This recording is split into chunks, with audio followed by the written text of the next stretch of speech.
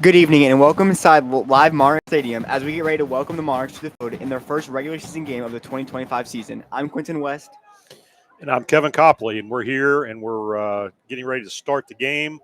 Both teams are taking the field, and the Marietta's deferred the coin toss, and the Monarchs will receive.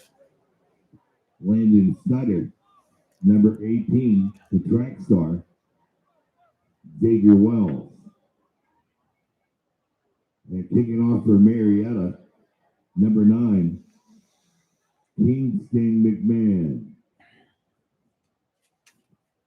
Deep back for John Marshall's number 4, Landon Snyder. It looks like number 18, Xavier Wells. The kicker for Marietta is number 9, Kingston McMahon.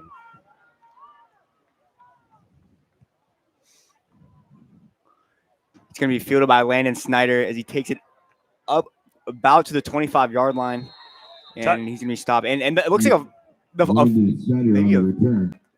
the Monarchs will keep the ball. It looked like almost a little rocky start there, but a little bit of confusion on the field. But the Monarchs will keep the ball, thankfully, after the first kickoff. Tackle for Marietta was by number 3, Damon Gully.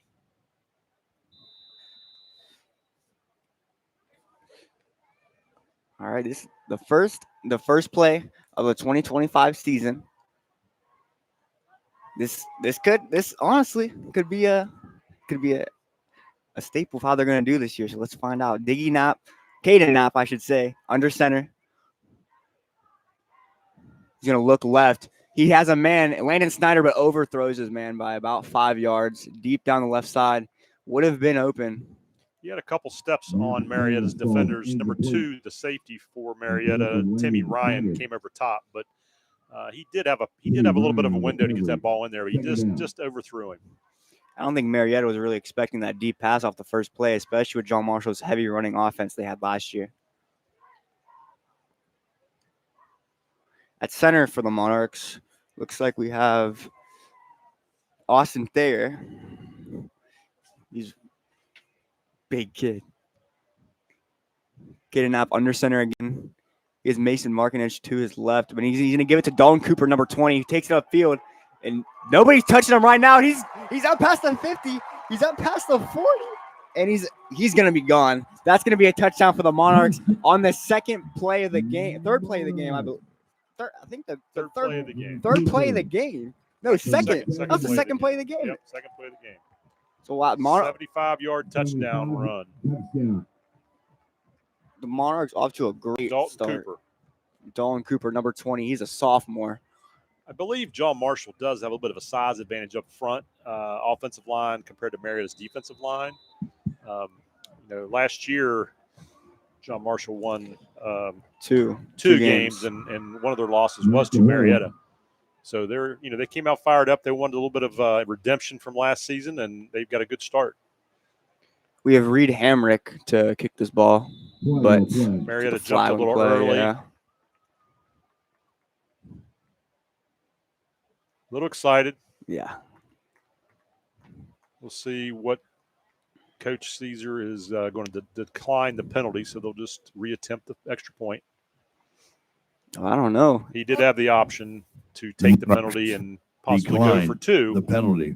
But he has declined it, and it chose to go for the extra point. Safe extra point. Well, let's see if Reed Hamrick can split the uprights here and tack on an extra point. The kick is up, and it is split right down the middle. The kick is good. You know I love my kicker, so I'm always I'm gonna give him his props. 7-0. John Marshall start the game very quickly. Very quickly. Not even 30 seconds into the game, and it is a 7-0 ball game. Honestly, I knew they could have had a better start than that. No, I really don't think they could have. I wasn't really expecting this to be a very offensive heavy game, but the Monarchs proved me wrong on the second play of the game. Well, it's still early. We'll see. That is true. We'll I don't want to speak too soon, but see definitely not. Let's see if Marietta can respond. Yeah. In their first series on offense. I did notice in warm-ups. I still, and I've said this, I think John Marshall definitely has a size advantage over Marietta. In depth and size. It appears that way. But we don't know about knowledge. They might have more knowledge. We don't know. Deep back for Marietta is going to be number 22, Will Torrens, a senior. Looks like Landon McCabe is going to kick this one off. Number Reed Hamrick was one who made the extra point, but this is Landon McCabe. Used to play soccer, but he's sticking to football now. It's all right. We'll let him do what he wants, I guess. But he'll be kicking this one off deep. Looks like we have number 22. Will Torrance on the return. He's going to take back. He's a lot of space up in that middle. He's going to take it up almost to the 30-yard line, but looks like he'll get it up around the 28-yard line. So looks like number 9, Colton Myers for John Marshall was on the stop on the kickoff return. And now Marietta comes out, and we'll see if they can respond to the quick start by John Marshall and see if they can start with getting a first down or see if they can get any big plays. Last week they lost. It was a close game up to the fourth quarter and then gave up 21 points in the fourth quarter. Wow. So the Monarchs just have to play all through four quarters. And looks like tackle by number 33, Mason Markinich. He's a senior, been here. 22 for Marietta, Will Torrens takes it off the left side for about 5 yards. Good first down game. Mason's a good linebacker, good kid, good student. You can't really ask for much more. I mean, he's the perfect. I don't even know. Number 5, Jacob Caesar on the tackle, but he will tackle him after he gets the first down. Number 20 again. Marietta just ran a little option play there. Quarterback did a nice job reading the defensive end, gave the ball up, and Marietta had enough to get the first down. So they're going to be first and 10 on the ball on their own 40-yard line. They've had a pretty good start so far as well. Yeah, both Monarchs and Marietta both moving the ball within a play or two. They're running that shotgun formation. Yeah. Hands off to a play action run, quarterback run. So number 7. Trenton McVeigh. Almost sounds like my name. Brings up 2nd and 6. He just faked the dive and then kept it and ran off tackle. You know what? I didn't see who. I didn't get the number on the Monarch tackler. That was Jacob Caesar, I believe. Number 16. Same play. They just gave it to the running back that time. And number 16 or number 15. I apologize. Kobe Alexander. Also, he's a senior, so this also looks like a very older team on both sides. The Monarchs have a very experienced team. Marietta has a very experienced team. This is set up to be a great game. B2484. It's in the subway parking lot, needs to be moved. The red Jeep. What's in the plate B2484. Pass to the right, number 14 from Marietta. And he's going to get gang tackled by Riley. About 3 Monarch defenders. About number 66. That is Gavin Myers. There's Kane Martin on the play. There was Landon Snyder on the play. Basically, the entire Monarchs defense was there to stop him. Tackle. Good gang tackle. Marietta's got a decently up front. They're decent size their up line, front. their offensive line is. And and it looks like the penalty flag is gonna tacked on a 5-yard penalty. That will be a Panhandle first down, sponsored by Panhandle Restoration and Cleaning. Oh, and just tripped up at the line there. Number 15, Kobe Alexander. Maybe got a yard. So. It's a little tripped up there. I mean, mistakes happen. Can't dog on them. Happens. Brings up a 2nd and 9 for Marietta. Number 7, Trenton McVeigh back in a shotgun, and we'll hand it off to number 22, Will Torrens, and he takes up the sideline up past the 10-yard line, close to the 5. We'll get to about the 4-yard line with penalty markers down, so this could be coming back depending on who it's on. So looks like it possibly is could a be hold holding. on Yeah, Marietta. that's what I was going to So it's guess. going to come back. So this play will come back and will save the Monarchs from a almost red zone opportunity. Let's get another look at it here on this the health plan replay. Let's see where that hold is. Oh yeah, I saw a little hold right there. Oh, and right there too. Look at that. Looks like they could have called it on a couple of them. Yeah, no wonder there's multiple flags down. It's going to bring up, looks like second and they got to get some tighter jerseys. Second and 12 for Marietta. Ball's going to be on the 37-yard line of you invest that extra $100, get them tighter jerseys. Won't happen. Number 7, Trenton McVeigh hands it off again, and that's going to be a loss of yards there. Tackle by number 20, Dalton Cooper. We just lost a one there. TFL. Maybe got back. No, that's a loss of. I think he lost one. Well, at least half a yard. They did go backwards, so it'll bring up a third down and long, third down and 12.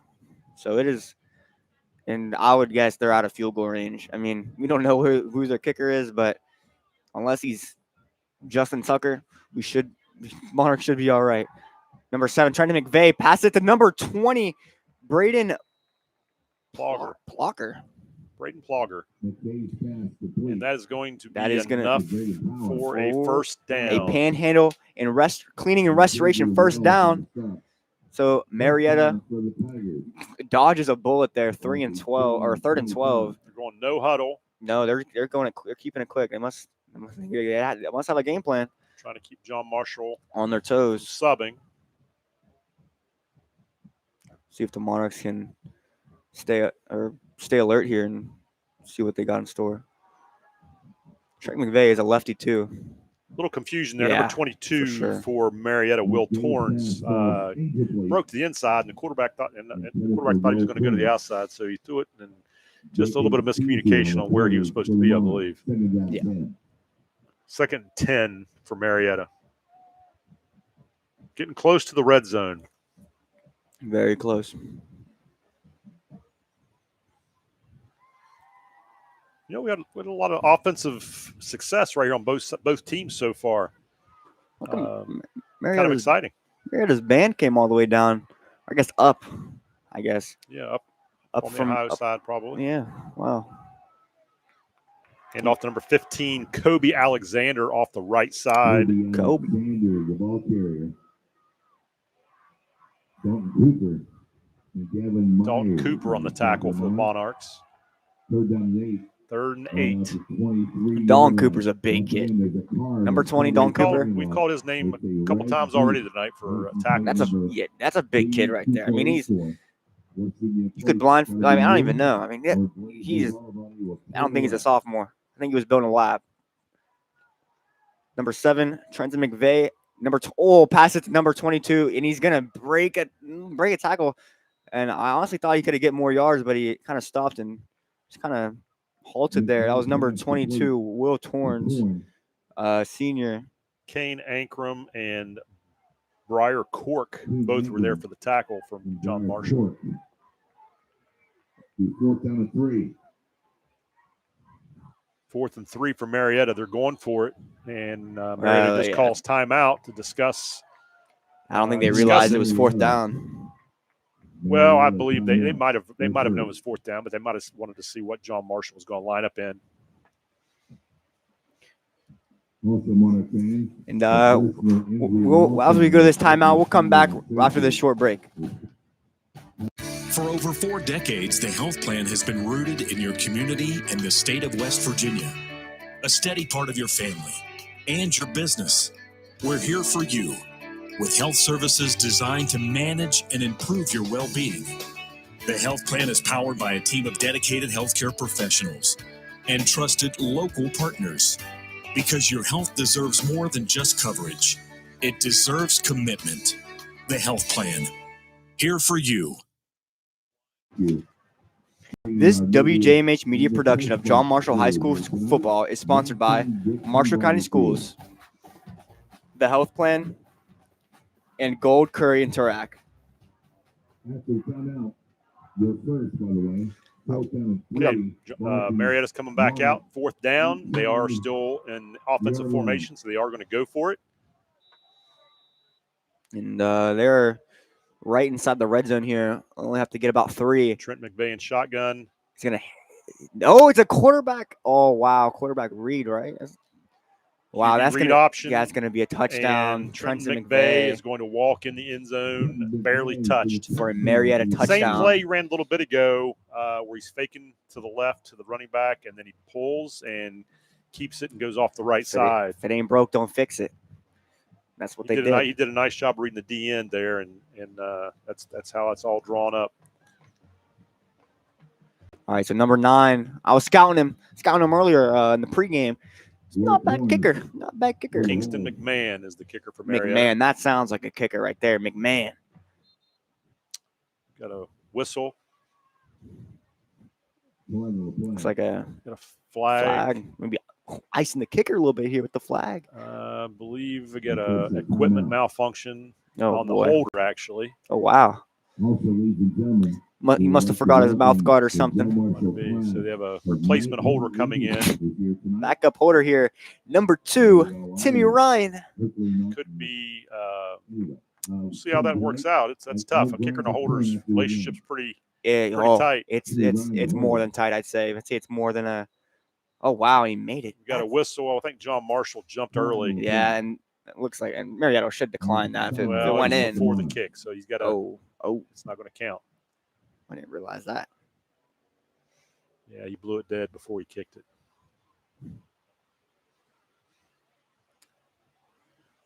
Does that mean it's automatically good if he accepts it, or is it just better field position? No, they have the option to kick it again or go for 2 or closer. Okay. Move the ball. I see. Well, they're going to kick it for the 3rd time here. He's made it twice already. He declined the penalty as well. Twice it hasn't counted. We'll see if he can get it through the uprights on this attempt. And he can. Well, it's a lot of pressure on that holder coming in, and he did a nice job. Yeah, and gloves too. So the score is GM 7 and Marietta 7 with 5:57 to go left in the first quarter.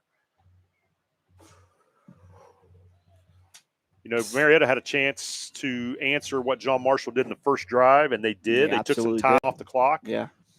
And, you know, now we got a ball game. I think this game is going to be a good, close, back and forth, hard-fought battle. It appears to be the way the first quarter is going. And this first quarter is, believe it or not, already about halfway over, and we've got a lot of football left to play, and it's already 7-all. John Marshall's got to find a way to slow down Marietta. Trenton McVeigh at quarterback. Yes. He's had 2 really nice runs on the read option. Yes. So they've got that and the option, the actual pitch the one time. So they've got to find a way to stop the option. Well, an option makes you be assignment football oriented. Well, Marietta's got to find a way to stop the Monarch offense as it's only been 2 plays. A little bit of a squib kick there. Squib kick. Number 1, Zeke Young fields it. Just kind of fell on it. Yep, he's down by his knee. Yeah, he's going to get down before the 25-yard line. So, honestly, the squib kick, not the worst thing in the world. That's before you would get on a touchback. So, ball's going to be 1st and 10 on the Monarch 22-yard line on the right hash. So, going from left to right on your screen. Austin Thayer under center. We have Caden Knapp. Or Caden Knapp under center. Austin Thayer is the center. Caden Knapp will hand it off to number 20. Don Cooper again. Like I said, if it ain't oh my goodness! Don Cooper just hurled him, man. We got a flag on the play. They may have I'm not sure what they're calling there. I don't know what that was. Don Cooper just flew about 5 feet up in the air. I don't think anybody here was really expecting that. I know I wasn't. That was absolutely nuts. Let's see what this call is. It's going to be a call on the offense. So Personal foul on John Marshall. I'm not sure if they called the personal foul because he jumped. let's get another look at it on the health plan replay of this absolute high jump. I mean, 5 feet off the ground. Let's look at this. John Marshall's in I formation, gets a good hole. Wow. What a hurl. I believe they called him for the personal foul for leaping. I'm not I sure have if that's a never heard rule in that. high school, but it appears it could be. Well, you know what? When I was a freshman and I played at Central football, my friend Isaac Martin, he ran, and that was his favorite thing to do is hurdle people. He never got caught. Never got caught. Now John Marshall's going to be 1st and 15 from their own 19-yard line. Caden Knapp under center. Still in the I formation. If I had to guess, it's going Don Cooper. Hey, I was right. Don Cooper. Big 71 Yeah. from Marietta. Teddy Bauer, senior. If that's not if he didn't get back to the line of scrimmage, it looks like it will be at least loss of half a yard. Second down. Looks like he might have Gotten back, yeah. Xavier Wells checking in for the Monarchs, number Bauer 18. is a large individual. He looks like the biggest guy they got on the D-line, and he just bear hugged. Big John. Bear hugged John Marshall. I'll say. His name's Teddy, right? Teddy Bear. He is a bear. Teddy Bauer. That's my okay, now rolling out to his right, trying to find a man, throws it, and it is overthrown. Intended receiver was number 4, Landon Snyder. Number 2, Timmy Ryan was on the coverage. It looked like Marietta had pretty good coverage there. There wasn't a whole lot of room to put that ball in there. I think he just threw it out of bounds. Yeah, smart. That's going to bring up 3rd and 14 from John Marshall's 19-yard line. Now, this will be interesting. Do you throw the ball here if you're John Marshall, or do you just try to run the ball and get some yardage so you can put your punt team in a better position? Because at this point, sometimes it's kind of a little bit of battle of field position. I think if I were the Monarchs, I'm saying go for it with 2 young punters. It looks like a little bit of a trick play. Landon Snyder throwing it up, and it is intercepted by number 8, Lucas Miller. So that throw was intercepted. Number 20, Dalton Cooper. Pretty much like tackle. We'll just call it. That's pretty much like a punt. Maybe not as far as a punt. It was a short punt. Very short punt. He shanked it. We'll just say that. Here's the health plan replay on that interception. Will be in play for the Monarchs, 38. Get a toss sweep pass from the running back. It was a pretty heads-up play by the Marietta defender there to notice. They had 3 guys on one guy, covering John Marshall, and they did a nice job. Flip the field. Now they've got 1st and 10 on John Marshall's 37-yard line. Here's an opportunity for Marietta. This is great field position for Marietta to take advantage of this and capitalize on could be a dire mistake for John Marshall, but he's going to be tackled up well behind his own line of scrimmage for a loss of about 2.5. Captain Mason Markinich got a tackle for the loss there, about minus 2 yards. That's going to be 2nd 12. That was a good response. Great response. Now can they keep it up?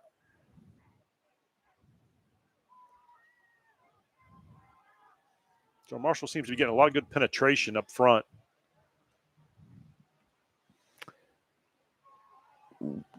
Overthrown his receiver, number 20. Same play they ran a little bit ago to Braden Plogger. Just overthrew him. He was covered pretty well. Going to bring up a 3rd down and 12.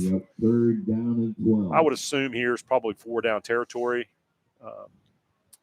They could punt it, but at the 4th, if they don't get much yardage, but if they get much of anything on this 3rd down, I would assume that they're going to probably go for it. So, yeah, and they're kind of in a territory where you punt it, might be a touchback. Go for it. They're at least in their own territory. You could pin them down there if they don't get much yardage here. You don't know their punters, though. That's the only. Got to see what they got. Nice job of Marietta rolling protecting. Out. He's rolling. He's throws at number 5. Braden Fry is going to manage to make this a positive gain and actual get a panhandle cleaning and restoration 1st down off of that. We got a flag on the play. There is a flag. So it looks like there might be some holding. It might come back. Might have to redo this again. Flag on the play. Let's get another look on that flag on the health plan replay here. Trent McVeigh did a great job of scrambling and trying to make something happen and got the ball to his playmaker, and he made some guys miss, but unfortunately it looks like they got called for some holding. So it'll bring up third and about a mile here. Take a look at it here on the health plan replay. Started to run, backs off. John Marshall's getting some penetration. Yeah, and John Marshall flipped it out to number 5, Brandon Fry, and Fry got a first down, but they just got called for a penalty. Now we're 3rd and 15. Drop back again. Looks like a little screen pass. Number 5, Fry again will take it up. Oh, a flag here. He's tackled by number 4, Landon Snyder. That might be 15 on the Monarchs, as Kane Martin on that left side was kind of tangled up with a Marietta player off the sideline. So we'll see how this plays in the picture here. That's a 15-yarder on John Marshall. That's a costly penalty. Yeah, because that would have been 4th down. That would have been personal. This is big. This is big right here for both. Oh, it's just holding on offense. So Marietta's kind of shot themselves in the foot here a couple times by holding and negating a couple very good plays. And it looks like John Marshall is going to accept that penalty. So it will be 3rd and 17. 3rd and 17 from John Marshall's 45-yard line. Here's the health plan replay.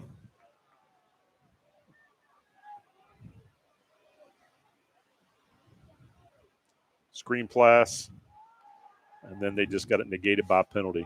Oh, and almost intercepted there by number 22. While the replay was playing there, pass was thrown by McVeigh and was almost picked off. By Kane Ankrum, number 22. Yeah, by Ankrum. Yeah, that would have been a pick 6. That brings up a 4th down for Marietta. And quarterback is staying in. I don't see a punter out there. Well they're dropping somebody back. Number 14. Number 14. Owen Riley, senior. This is wide receiver and DB, so he's not the designated punter, but, Who's back for John Marshall? I can't see his number. That is Xavier Wells. Traditional punt formation for Marietta. And either I don't know what that was. It was a little rugby punt. Rugby fake. Not fake punt. Didn't get a whole lot of carry on that one. Ball's going to end up on the 24-yard line. He rolled to his left. Yeah, and it was a little awkward punting. That was the first punt punter. I've ever seen like that, I think, in my entire life. It looked like a rugby punt, but he kind of went the wrong way. I don't know about that. Was unique, I'll say. Okay, first down for the Monarchs. They held off Marietta there on that drive. Well, Marietta kind of held themselves off with some penalties. Yeah. John Marshall was a positive recipient of that. So they're going to be 1st and 10 on their own 24-yard line. Got a chance to take advantage of Marietta's misfortunes there with the penalties. Caden Knapp in shotgun formation. We'll have Kane Martin in motion. Snap it, pitch it to Dalton Cooper. Seems like they love this play here. And Dalton Cooper is going to get that first down and much more up past the 40-yard line. We'll get, looks like about to the 41. Zach Carver for Marietta pushed him out of bounds. I think we're going to get a heavy dose of Dalton Cooper. We come back with the let's get another look at another look at Dalton Cooper here. I think we're going to see a lot of this tonight. He seems like they're their go-to back. He's having a lot of success, especially off that left side of the line. I'm telling you, man, he's building a lap. Number 22 there, Kane Ankrum, did a nice job blocking on the edge, and then Cooper just kind of did the rest. So it's 1st and 10 on the 40. Caden Knapp will pitch it out to Dalton Cooper again, number 20. And we'll get close to the first down marker. Looks like we'll have about 2 to go, maybe. Run that play every time. 14, Owen Riley again, the punter, actually. Punter and safety. He made the tackle there. He filled the alley very nicely. It's going to be 2nd down and 6 for John Marshall on the 46-yard line.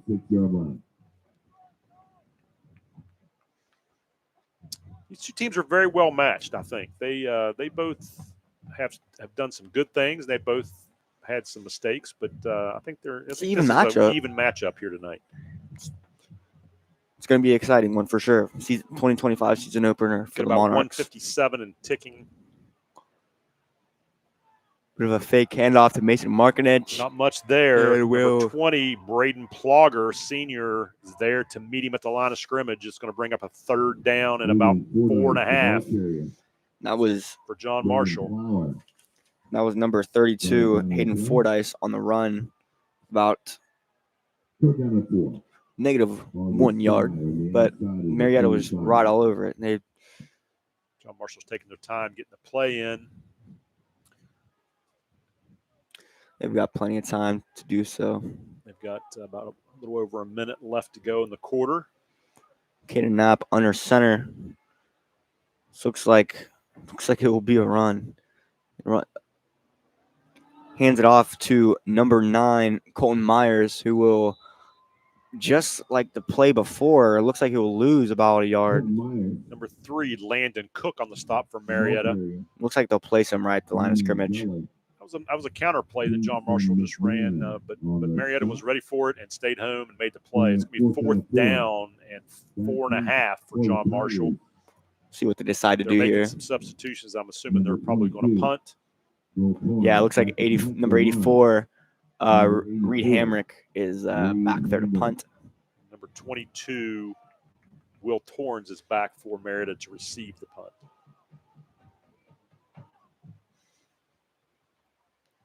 And that 50 gave him some pressure for Marietta. Ball's going to roll. It's going to take a Monarch bounce. He's getting a very good bounce. And almost. Wow, how about that? 12-yard line. How about that? Well, I don't know if you've heard me say this, but an average punt roll is about 17.5 yards if it hits the ground. I actually don't think I've heard you say that. You haven't? No. Well, there's a I believe you. I believe you. I don't think I've heard it. On average, 17.5 yards. 17.5. If it hits the ground. That's why a lot of people went to rugby punting. Okay. Marietta's 1st and 10 on their own 11, it looks like, starting out. John Marshall has an opportunity to keep him pinned back here and flip the field position. Ooh, a little bit of another option play. Another QB read option, and has yet to fail him yet. I mean, that's going to be looks like a 6-yard gain. Number 4, Landon Snyder on the stop. And this will bring us to the end of the first quarter. That's the end. Your John Marshall Monarchs 7, the Marietta Tigers 7. We'll see you after this short break, and we'll get back into the second quarter. We're Panhandle Cleaning and Restoration, and we're gonna save you. Got it down to a science, an absolute state of art. We do it all, restoration, cleaning, and reconstruction. When disaster strikes, just pick up the phone. We're Panhandle Cleaning and Restoration, and we're gonna save you. WJMH anniversary. This year marks the 20th anniversary for WJMH Media. The student-run broadcasting service of Marshall County Schools began in August of 2005 under the direction of John Marshall High School class of 1995 alumni Tony Wood. For the past 8 years, Carly McElhaney, John Marshall High School and WJMH alumna from the class of 2011 has been the instructor at WJMH Media based out of John Marshall High School, has been connecting, entertaining, and informing the community for 2 decades. Thank you for supporting the students' productions for the past 20 years. And I would like to add, it's a privilege to be working with these young, very capable young people here tonight up in the press box. Sorry, I didn't mean to interrupt you there, but I just can't let any disrespect on I appreciate it. I don't like my girl McElhaney there. I'm not going to let names. that one slide, that's for sure. I apologize. No, it's all good. 2nd and 3 for Marietta, starting the second quarter. And we'll hand it off to number 15, Kobe Alexander. Straight dive up off the left side. Kobe. Like that. Fordyce on the stop for John Marshall. And that's going to be 3-yard line. a first down. Will it? Oh, my goodness. I didn't think he made it that far. And number 8, Quick pass to number 8. Lucas Miller. Get about a yard. McVay's pass complete. Looks like Marietta's trying to. Lucas Tackle by Miller. number 22, Kane Ankrum on the outside. Kane Ankrum. It's going to be second, 8. Williams on the stop for the Monarchs. Gain of 2. Second down to 8. Ball now at the Tiger 25. The Monarchs student section is looking honestly pretty packed for the first game. Yeah, we have a nice crowd here at Oh, John yeah. Marshall I saw for people, our first home game. Everybody's excited about getting football started back in the fall. especially this Beautiful community. August evening, nice and cool. It doesn't feel like traditional August Labor Day weather, No, which not is at all. great. And number 22, Will Torrens, Number will get 22, close to that first down Will marker. Torrens, the ball Stop the game carrier. by Landon Snyder for John Marshall. It's going to bring up a Landon very, very close on the stop for the Monarchs. Gain of 9. Third down of 1. third and 1. Yeah, Lance Snyder's a bit of a spider monkey. He's kind of all over the field. Ball's about the 32-yard line, left hash. I wouldn't be surprised if you don't see another little read option here from Marietta. And They gave it to him, and he Yeah, that did was a- not. He just got enough. they'll give him the first down. Handed it That off. will be a Panhandle Cleaning and Restoration first down for Marietta. and Kobe Alexander picks up the first for Marietta. It doesn't get much closer than that. I think if we're in the NFL, the chain gang's coming out to measure it. Well, not anymore. Yeah, oh, yeah, it's They got the digital measurements now. Silly me. For Marietta. Ball now at the 34. Ball's on left hash. Ball's on 34-yard How do you- line. how do you- First and 10. How do you feel about that? You think it should be manual or you think digital? I think it's digital. It takes up too much time. All right. It's just a waste of time. I wasn't expecting Oh, he's going that. deep. Oh, He's got a number man 14 wide is wide open. open, and it's And he dropped. dropped it Wow. I mean, Owen Owen Riley. Riley. right through his hand. Got to get some grip boost or something. They're selling it nowadays. McVay threw a very nice pass, put it right where it needed to be, and then he got behind John Marshall's defenders. The amount of glove technology they have. That Well, was. as an old receiving coach, Oh, I'm not a boy. big fan of gloves. Oh, boy. Here we go. Catch with your bare hands. Yeah, all right. Old There it school. is. Yep, there it is. There it is. Second down and 10 for Marietta. Trent McVay will snap it back. Big lefty here. We'll throw it to number 22 right through his hands. Number 22, Will Thorns. Jacob Caesar on the Coverage. That's a tough play for McVay. He's rolling to his right and he's left-handed. Yeah. That's a tough throw. But it was close. It was pretty good coverage by Caesar though. I didn't realize it, but Marietta actually has a student section here. Yeah, they brought a little bit of a bro, crowd. a little bit of a Got crew. their They got their band, bands, cheerleaders. Yeah, this is for. You got to give props to Marietta. I mean, they travel pretty well. I mean, They did. Yeah, it's The- not too the- far down the road. no, 2 hours. So now third and 10 for Marietta. Ball's on the left hash. And Trent McVay That's that same slant overthrown. pass to Brandon Plogger. He's got to have a goldfish mentality. That's Just 3 forget or 4 about it. times they've ran that play. They've completed it one time. Now it's fourth down and 10. Sure, Marietta's he's going punt. to punt. Number 14. Owen Riley. Riley's going to drop back to punt. And let's see if he does that Actually little punts rugby it. punt Yeah. again, or how is he going to do that? Now, if I had to make a bold prediction here, there will be a fake punt by the end of this game for Marietta. There we go, and a real Much better punt. Yes, much.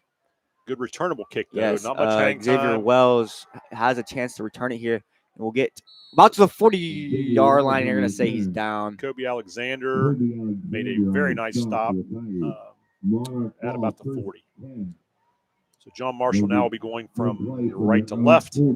First and 10 from their own 40-yard line. The score is still 7-7. So after those first 2 quick scores, it's been a bit of a hold up here. I think it's because I spoke too early. I said it was going to be high scoring. Well, I think And, those teams are evenly matched. They've also had some penalties. First game No, I'm taking penalties, I responsibility. believe. So, hopefully maybe they'll clean that up a little bit here in the second quarter and into the second half. But, first game, you're going to make some mistakes. Yeah, of course. And you got to think, Monarchs got to go into halftime with a positive attitude. That's always the goal. You got to come out strong, go in the locker room strong, come out in the second half strong, and finish strong. And Xavier Wells is going to get up to about the 40, about the 41-yard line. But a nice move on number 2, Timmy Ryan, and then number 15, Kobe Alexander, brought him down, but not after a first down. It's going to be 1st and 10 for the Monarchs at the 43-yard line of Marietta. Now the Monarchs have gotten that panhandle cleaning and restoration first down. See if they can keep this ball rolling. Marietta's playing a 4-man front. They may need to go to a 5-man front, bring another guy in the box to stop this. Landon Snyder's going to find a little bit of a hole there, and he's going to be a good form tackle, honestly, by number 14, Owen Riley, to really, wrap them up. Little gator roll. As I say, they need to bring another guy in the box to stop the run. They threw a nice pass there. Yeah. Bring up a first down. But here's the health plan, or excuse me, the panhandle cleaning restoration replay. The health plan replay. replay. Oh, health plan replay. I'm sorry. I'm all confused. I'm bamboozled. I was looking at one thing and should have been looking at the other. Cannon Knapp in shotgun is going to roll out looking for a pass and will find nobody. He had number 16, Kane Martin, out bit to of a the right. Miscommunication there, I think. He had his check down on the right, and then he chose to go and throw it over top, and he just overthrew it. Kane was open, and he probably could have picked up 4 or 5 yards with that. Too much oomph. He's too strong. He's got to I think that's one where you see on Saturdays and Sundays the quarterback just kind of checks it off and lets the running back do all the work. Yeah. See, 2nd and 10. Cannon Knapp. Got a flag on the play. Maybe neutral zone infraction. Sideline warning. Marietta. Don't see too many of those very often. Well, sometimes the coaches I don't know what happened there. I don't know if the coaches got a little excited to get on the field. Or I bet you it's that players. Look how close they are. Getting a little close. It happens. They used to. Got to have your get back coach on that. Oh, yeah. Sean McVay. Yeah. Okay, so again, 2nd and 10 for John Marshall. Getting up and shotgun. Will roll to the right, bumped into one of his own men, but will roll out looking for a pass and will find a man, number 11. That is Tyler Clemens, and will gain the first down. Another panhandle cleaning and restoration first down. He's tackled by Owen Riley from Marietta, but not after a big gain, and it gives the Monarchs.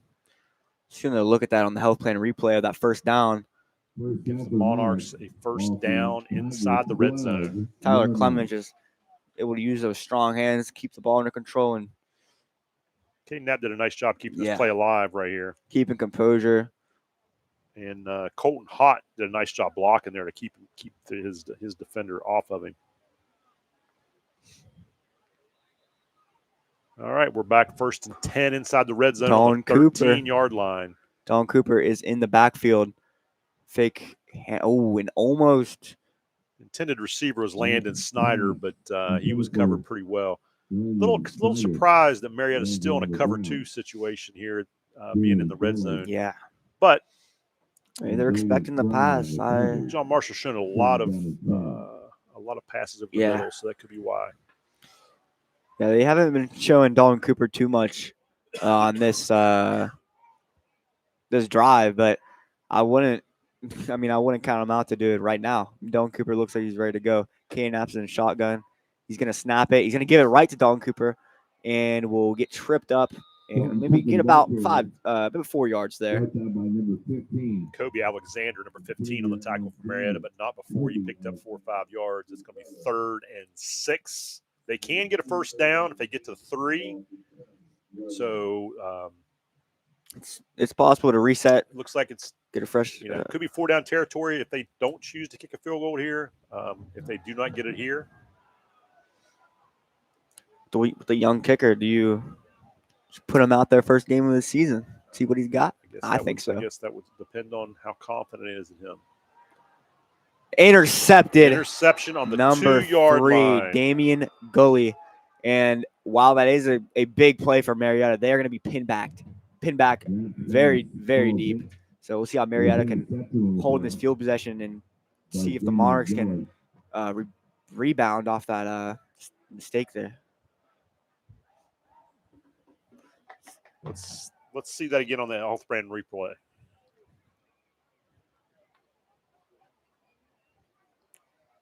The first and 10 for the Tigers. Be a bit of a just threw it behind him, and looks Marietta like was right there. Kane Martin wasn't even looking yet. Well, it was thrown behind him, I think. Either I'm saying his helmet wasn't even turned to the quarterback yet. Or, he was still running. Yeah. He was still in his running mode. Marietta's got their backs to the wall here. I'll say John Marshall has a chance to pin him down here deep if they can stop him. Maybe get a little cheeky 2 points. Oh, they got back. Yeah, they're going to lose a yard. They're going to lose a yard, yep. Will Torn was on the carry, and he just couldn't get back to the line of scrimmage. Mason Martinez. They're probably going to be a little more cautious right here. But, they're in a dangerous situation. This isn't an awful situation for John Marshall to be in. I know they had an opportunity to score a touchdown that last drive, but, interception and you get your backs to the wall. Yeah, it makes it tough. Their defense has the chance to come up big and change the momentum right back around. Out here, you're still going to get good field position. Absolutely. It's going to be another run, kind of what you would expect. Number 22, William Torns. Colton Myers on the tackle for John Marshall. So it's 3rd and 7, maybe 8 yards for Marietta. And I would expect probably a little bit more of the same. I mean, they might throw the ball here, but I would be surprised. John Marshall's looks like they're going to be in a cover 3 or man-to-man, man-free position here. That actually all-out man. Another run. They manned it up because they expected run. Now it's going to be 4th down for Marietta, and obviously an obvious punt situation here for Marietta. Never know. Marietta. No, that would be a big gutsy risk play. Yeah. Hey, listen. New head coach. There's a team down south. I can't remember. I think I know who you're talking about. They never punt and they never kick. They always go for it on 4th down. I saw that in Young Sheldon one time too. Percentages. Yeah, I saw that in Young Sheldon. It's actually like a. As a former punter, I don't like that. Oh well, obviously, we would. Not a bad punt. Oh, and Xavier Wells muffs. He's gonna get it back though, and will be wrapped up by number 8, Lucas Miller on the stop, and they did a good job right there. The muff helped, but Marietta got out of the hole, and John Marshall will be starting from their own 42-yard line. So. Let's look at the scores around the valley here. Parkersburg South and Wheeling Park, 7-0 Park in the second quarter.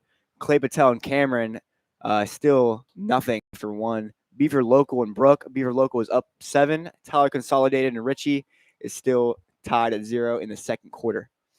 Valley and Tigers Valley tied at 7 in the second quarter. Union Local and Wheeling Central is tied at 0 in the first quarter. Meadowbrook and Barnesville. Barnesville's up by 20 in that second quarter. Looks like they're kind of running away with it there. And Don Cooper, speaking of running away with it there, gets up past the 40 up to about the 45-yard line. And it's going to be coming back. There's some more yellow laundry on the field. It looks like holding. So just when you thought it was going to be a great game. That's kind of been the Achilles heel for both John Marshall and Marietta tonight, especially John Marshall. They've had some big runs called back because of holding. And you know what? Last year, this was the same Achilles. Because well, again, it's early on. It's high school. I mean, it's easy to make mistakes. They're trying to do their job, and they just get their hands a little more grabby on their jerseys, and they got to learn how to hide that a little better. When the person starts pulling away, you got to let go. Well, I know Mark Caesar was talking this week about limiting mistakes and limiting penalties, and right now they've got to stick to their word. This puts them in a hole right here. It's 1st and a long way. Getting up under center. A bit of a fake handoff. And he is looking for a man, but he's going to be sacked. He's going to be sacked by Braden Plogger for a loss.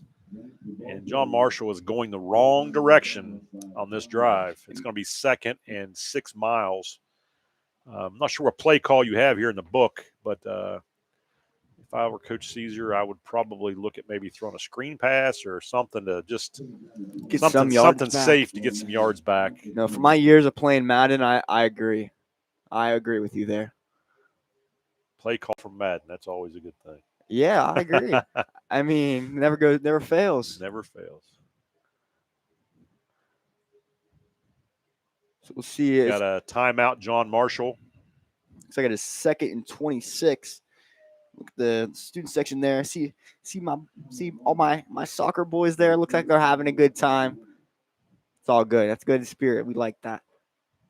Looks like as the game kind of goes on, looks like there's just more people just filling in the stands here. This is pretty. We got a timeout here. I'll read up some upcoming events. We got on Saturday, August 30th, boys soccer. Tomorrow is going to be traveling to Fairmont Senior, so we'll see you down there, Quinn. Yes, you will. 12 p.m. Cross country also is in action tomorrow at Midland Cross Country Festival. And now we'll take some round the valley scores. Brownsville 0, St. Clairsville up 28 in the first quarter. Indian Valley 22, Steubenville 0, Indian Creek 7, East Liverpool 0, Cooksville 0, Buckeye Trail 6 in the first quarter. Let's look at the little student section here. Oh, Jackson Helms can't really. Oh, geez, Louise, there's Sawyer. Fired up down there. Jackson can't really tell who that is in the white shirt. Okay, we're 2nd and a long. Looks like 2nd and 20. The ball's on 26-yard line.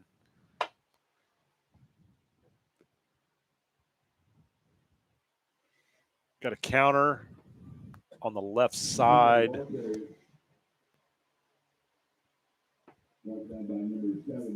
77 was on the stop for Marietta. That was Breckencroft, a freshman. 3rd and about a kilometer here. 3rd and 21 using the metric system. There you go. I used a mile earlier. Got to use a kilometer now. That's you know what? That brings up. I wouldn't be surprised if you don't see some sort of a screen or something to kind of slow that. Little 4 verts. Maybe. Little deep pass here and flag on the play. We'll see who that's on. Offsides on John Marshall. Legal motion, actually. Not offsides. So if they throw the flag on this side, is it offsides on the Monarchs? And they throw the flag on the other side, is it offsides on Marietta? Not necessarily. Not necessarily. They can call either way. Okay. Well, I didn't know how you knew that so quick. I didn't. Well, I saw him signal. I see. You're a walking rule book. I like it. If he's spinning his hands, that's a movement on offense. Oh yeah, the little cha-cha roll. There's the screen pass to number 16, Caden Martin, and a little juke there, and back across the field.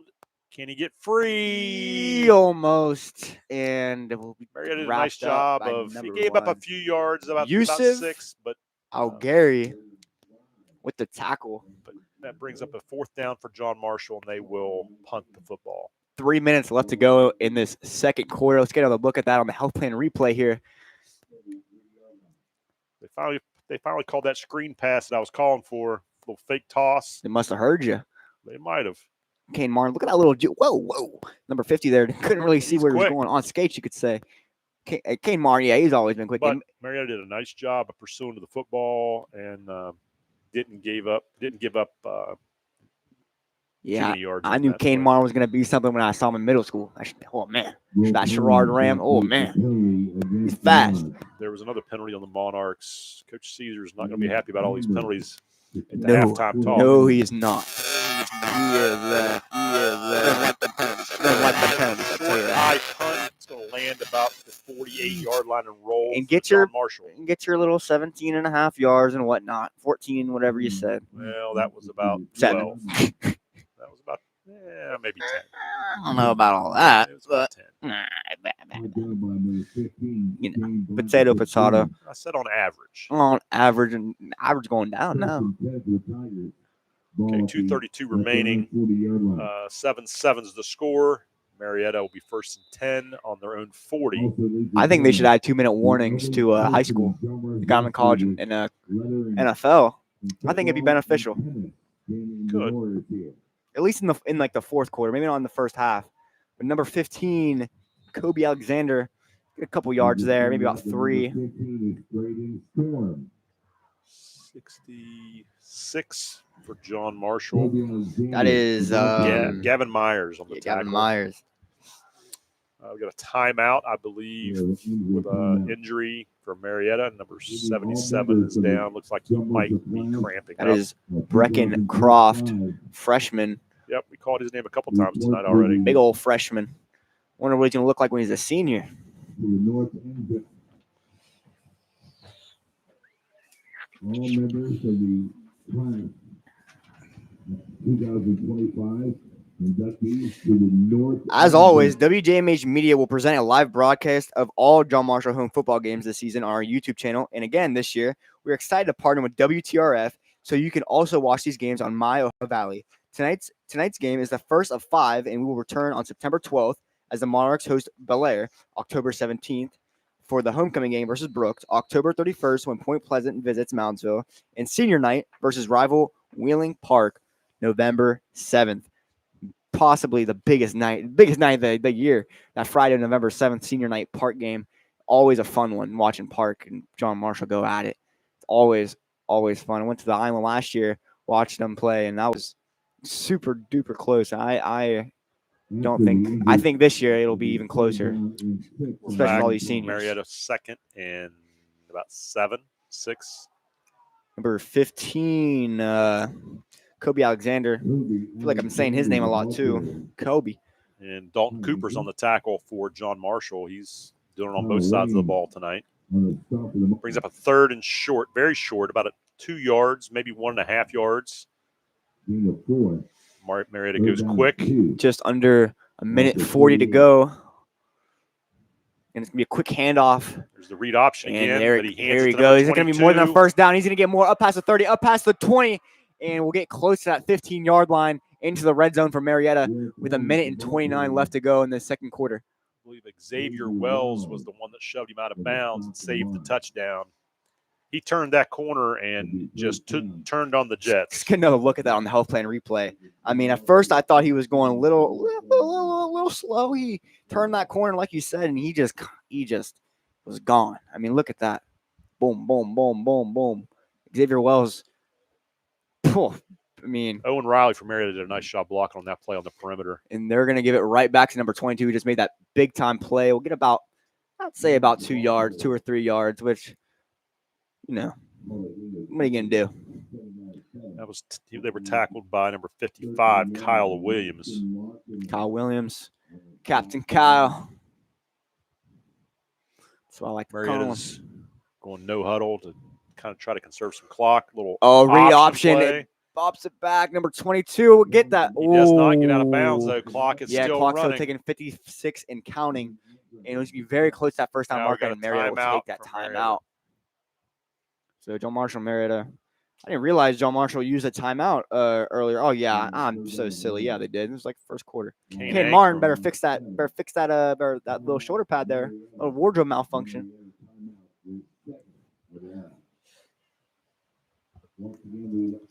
Yep.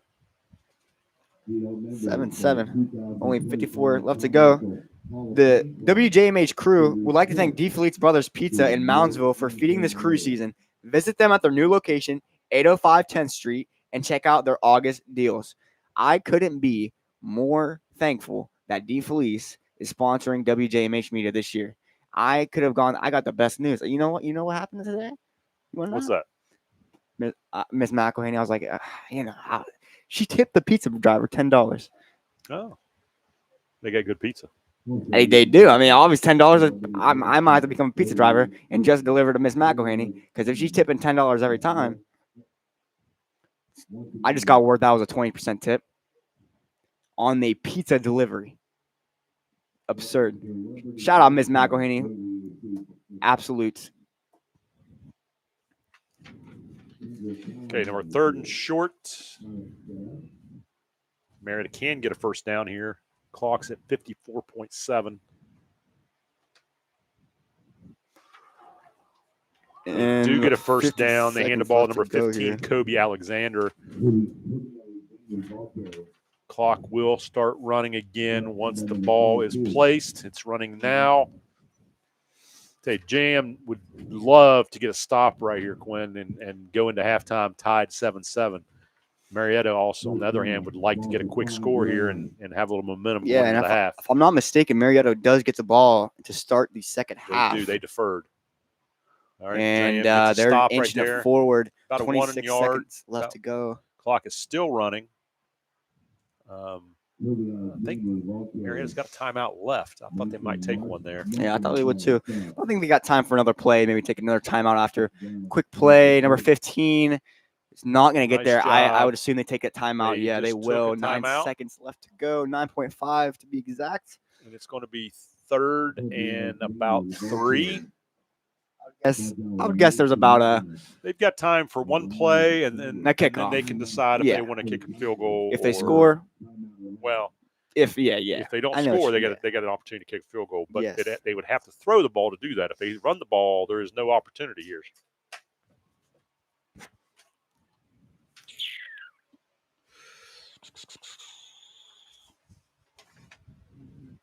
WJMH Media is proud to bring you tonight's production of Monarch Football. Many of our football features, along with our other great content, can be found on social media pages. Stay up to date with what's happening at John Marshall and around the community by liking us on Facebook, following us on X and Instagram, and subscribing to our YouTube channel. Make sure you subscribe to that YouTube channel. That's where you'll find all the live streams of these football games. And I know I watch them again. I gotta take notes. I gotta take notes of what I'm saying, what the football players are doing. You gotta subscribe to the YouTube channel. Really nothing more much to say. Okay, so if they run the ball here, they're kind of rolling the dice. They're going to get it in. If they throw the ball, it's going to give them 2 plays or maybe a field goal. And WJMH Reports is on the YouTube channel, might I add. Great stories on there, might I add. They chose to run it, and he is a little short. Just short. 3, 2, 1. That is going to bring us to halftime. John Marshall is tied with Marietta 7-7. They skated by and got out of that jam there right before. Just got past it. Marietta's got to be disappointed with the end result right there, being on the 1 yard line. I would say with no points. The Monarchs are going into halftime with all the momentum here. So we'll see. We'll see. We'll see after this short break for the Monarch halftime show. Sponsored by GKT. Did you know GKT offers honest legal advice at no cost? That's right. If you're injured in an accident, your consultation is free with GKT. Need help? Get help. Get GKT. You're watching a WJMH Media production. We're an entirely student-run broadcasting program based out of John Marshall High School, whose goal is to connect, entertain, and inform.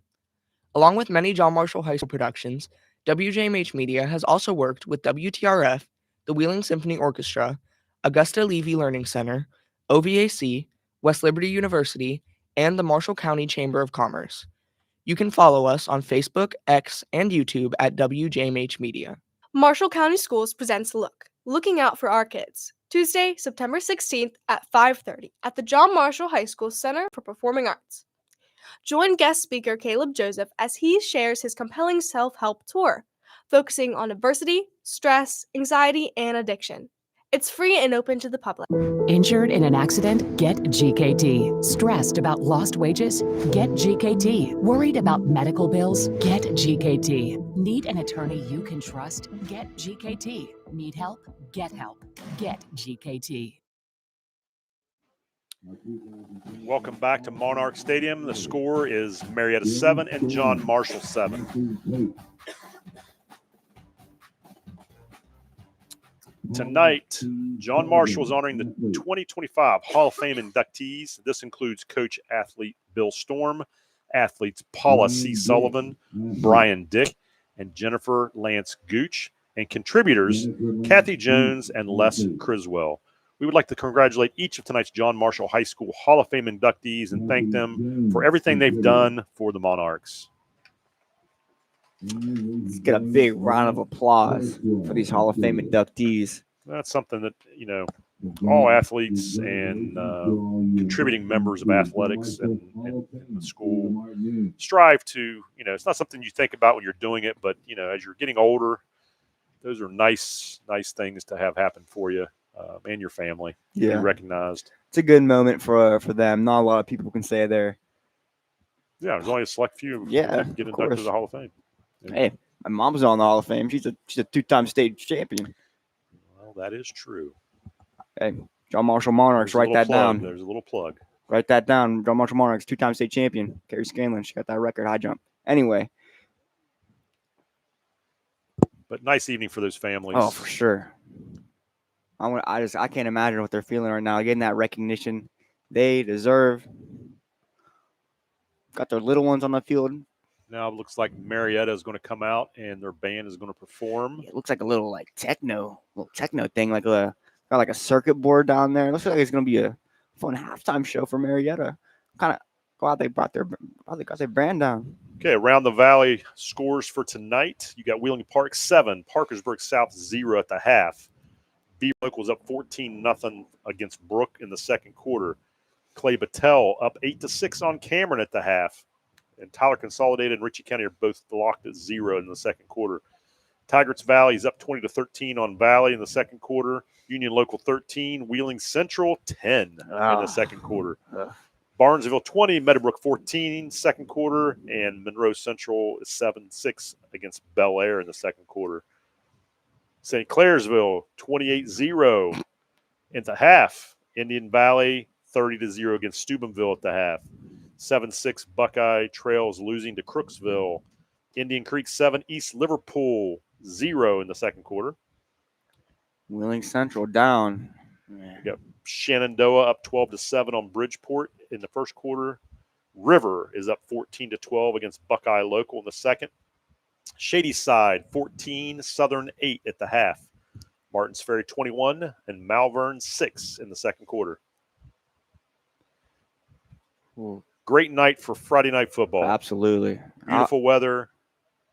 And, tonight's game so far, Quinn, John Marshall and Marietta pretty evenly matched. Oh, yeah. We've had good some game.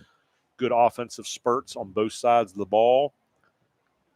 Ooh, Marietta's band looks like they're ready to start playing here. Let's take a look at their. Honestly, I wish every team would do this, bring their band down, because there's a difference between, we can dislike their football team, but we can appreciate their band.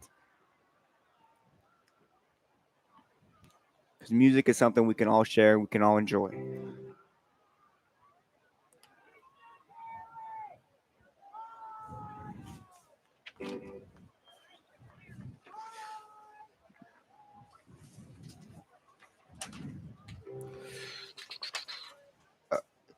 And we'll come back to the GKT halftime show here.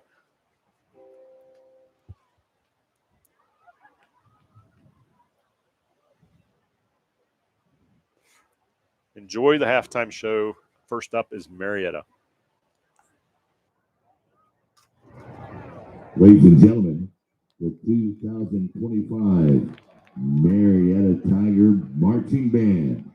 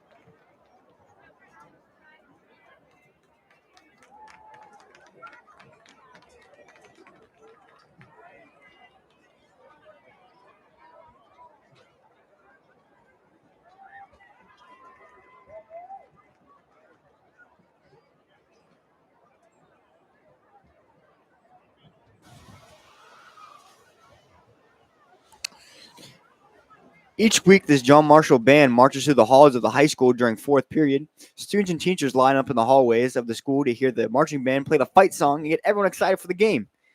In my fourth period, they didn't let us out of class to watch the band, but I did hear it. Sounded pretty well. Good, actually. Very good. I love the fight. I love the fight song.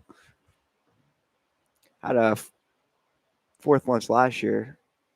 Made lunch a whole lot enjoyable. I love the band. I gotta say. Okay, here's the health plan halftime replays in the first quarter. I believe this was the second play from line of scrimmage right here. That came back after a personal foul.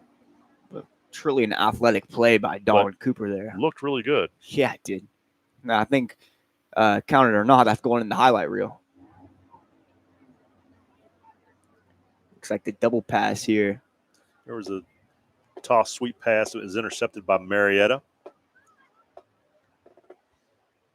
That was a big turning point in the first quarter.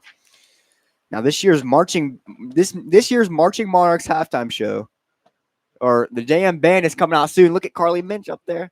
This is the newest.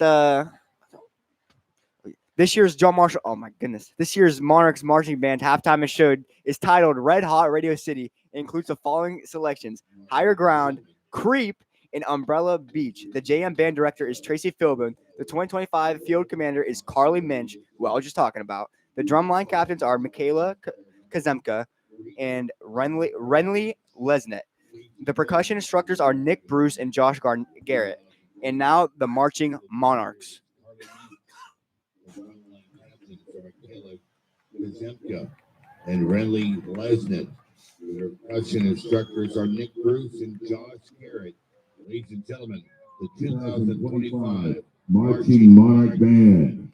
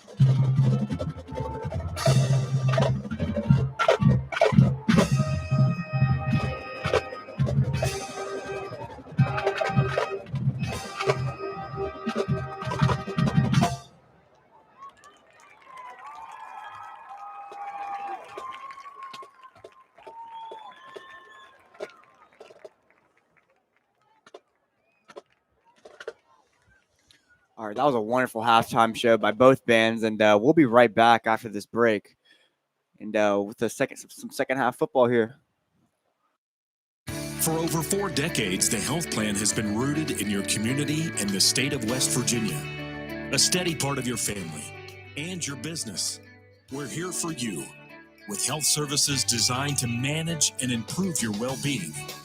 The health plan is powered by a team of dedicated healthcare professionals and trusted local partners, because your health deserves more than just coverage. It deserves commitment. The health plan, here for you. Marshall County Schools is currently accepting applications for substitutes in the following categories: aide, bus driver, cook, custodian, secretary, and teacher. Get more details about the openings at mcsjobs.net. Interested? Apply at mcsjobs.net. Welcome back. This WJMH Media production of John Marshall High School football is sponsored by Allied Realty Groups, Panhandle Cleaning and Restoration, and of course, D. Felice Pizza.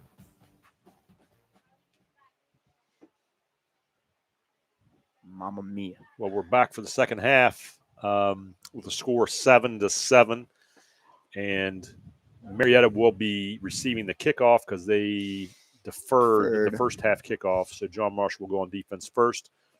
It looks like John Marshall is going to be kicking from 40 right to left. Yeah. They'll be kicking to towards the left side of your screen here. Marietta's got number 22, who's been their workhorse tonight. Will Torrens is back, a senior, as the deep returner. Looks like back to kick for the Monarchs will be Landon McCabe.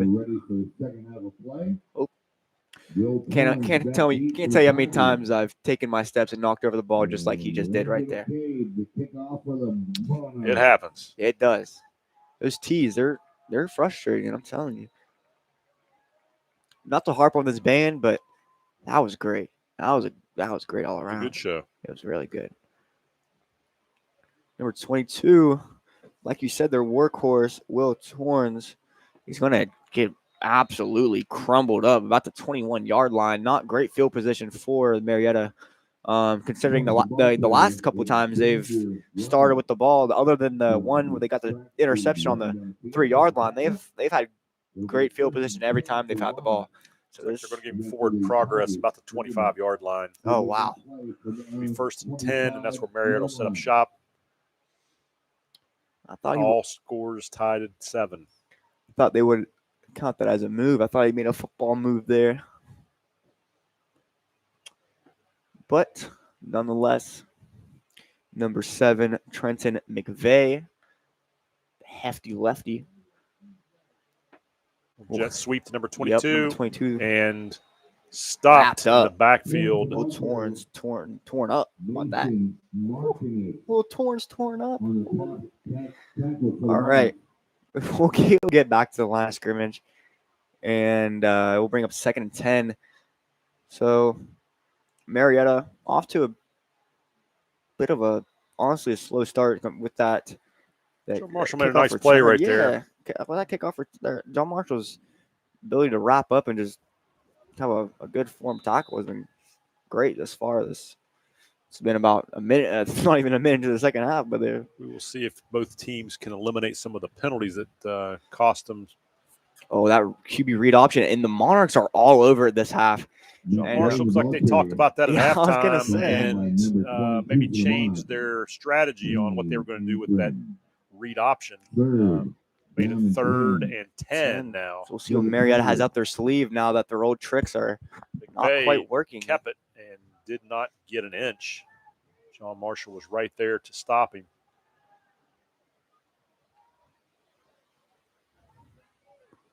So Trenton McVeigh is in shotgun. He's got 4 receivers. He drops the ball. It's going to be fumbled, but it's going to be picked up by number 15. Kobe Alexander picks it up and just gets back to the line of scrimmage. Maybe a yard. It's 4th down and 9. They're going to punt it here. I wouldn't expect anything less from Marietta. The punter, they're rugby / punter person. We'll just call him that. Number 14, Owen Riley is set to punt with those pink boots or pink cleats. Xavier Wells is back for John Marshall to return the punt. See this little rugby style. Boom. Little knuckleball there. And there's your 17.5 yards, Kevin. There's your about 30 yards. Takes a Marietta roll. They say, you sit there. John Marshall will take over on their own 28-yard line, 27, 28-yard line. So it'll be 1st and 10. The Monarchs are going to start with pretty decent field position here, more than they would have got on a touchback. So I always think if you get more than 25, you've got good field position. That's how I like to think about it. That's a good way to look at it. I like that. Anything outside the 25 is better field position. Exactly. Even 26, I'd be happy with it. Marietta staying with the cover 2. Look on defense. John Marshall is calling a timeout. We're going to talk early timeout for John Marshall here. Not ideal to have to take a timeout this early in the second half, but they saw something they didn't like. Timeout here from John Marshall. Let's get a little trivia action as we come to this short little break here. Let's get some JM football trivia. Okay, here we go. The Monarchs have opened their football seasons with this opponent more than any other team. Who is it? Was it A, Magnolia, B, University, C, Brook, or D, Weir? What are you thinking, Kevin? I'm going to say Brook. I'm going to have to disagree with you because I made this thing right here. Well, don't give it away. I won't. Hey, it was Magnolia. Hey, it's Magnolia. Number A, the Monarchs have opened up against Magnolia 19 times. That makes sense. They're close. It's not too far down the road. Whoa. Where is Magnolia from here? Magnolia's down the road, down in Route 2. That's like Martinsville. Okay, so now we're getting out of my range. It's like 25 miles down the road, dude. So is Brook closer or? I think Magnolia's closer. No way. I think so. Oh, you learn something new every day. Caden Knapp, a.k.a. Diggy Knapp, looks like we'll take a little bit of a run here. And for a second, I thought that was going to be a fumble, but he's got some strong hands there to just keep it maintained. He's going to get a gain of about 4, but 2nd and 6. Braden Clogger was on the stop for Marietta, but not before you got about 4 yards. That's a good good first down play. Yeah. You get 4 yards every time you're scoring. Well, if you get 3 yards in a cloud of dust, they say. Well, cloud of turf at this point. Caden Knapp under center will pitch it to Dalton Cooper, their guy. And Dalton Cooper will be looks like a flag in the backfield. Could be against the Monarchs here, but we don't really know. You saw Gary was there first for Marietta, but it's a flag against John Marshall, which is going to negate that gain and move them back. Yes. Looks like a hold. Waiting for the official signal.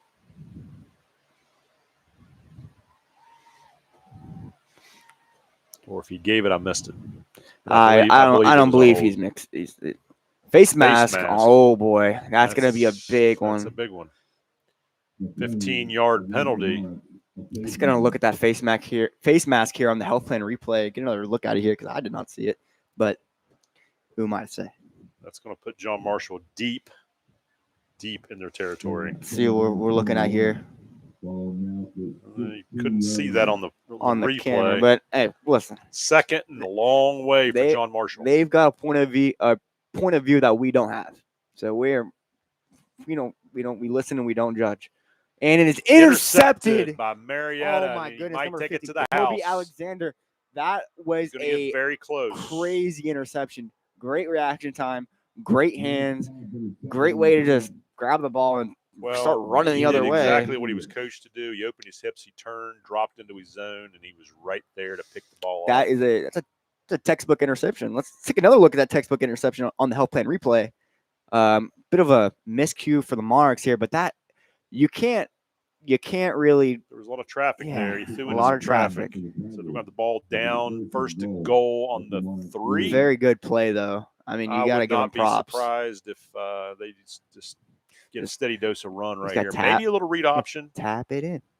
Happy Gilmore here. Tap it in. Tap it in. Number 15, the guy who just got the interception, will get it into in the end zone. No flags. Kobe Alexander. Touchdown, Marietta. Tapped it in. Touchdown, Marietta. Makes the score Marietta 13, John Marshall 7. They capitalized on the interception and the miscue from John Marshall and have turned this game on its head into their favor. Yeah, I mean, they're going to come out for the extra point.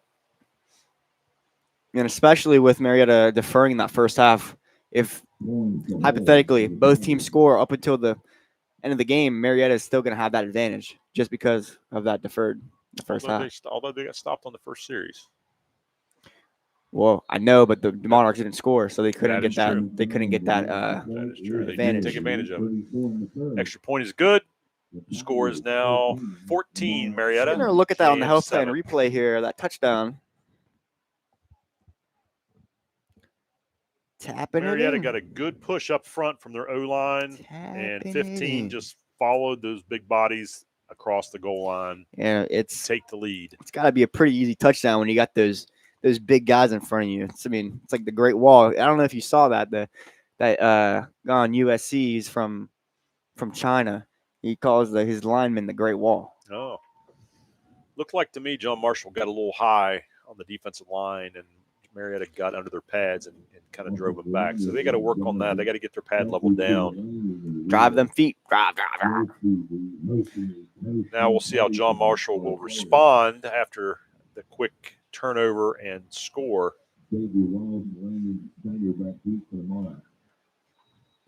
And number 9 to kick off, Kingston Macon. We'll kick it off. I think he's his last name. McMahon? McMahon. You think it's McMahon? Yep. He's going to bring it all the way back across the field. It's a decent return out to about the 32. Reminds me of Vince McMahon. Looks like number 18, Braden Hollingsworth, a senior from Marietta on the stop.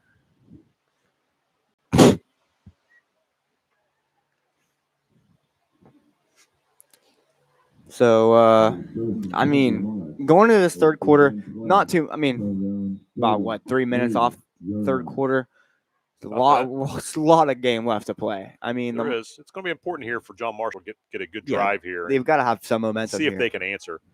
At least they got to take some time and move the ball down the field and get some first downs.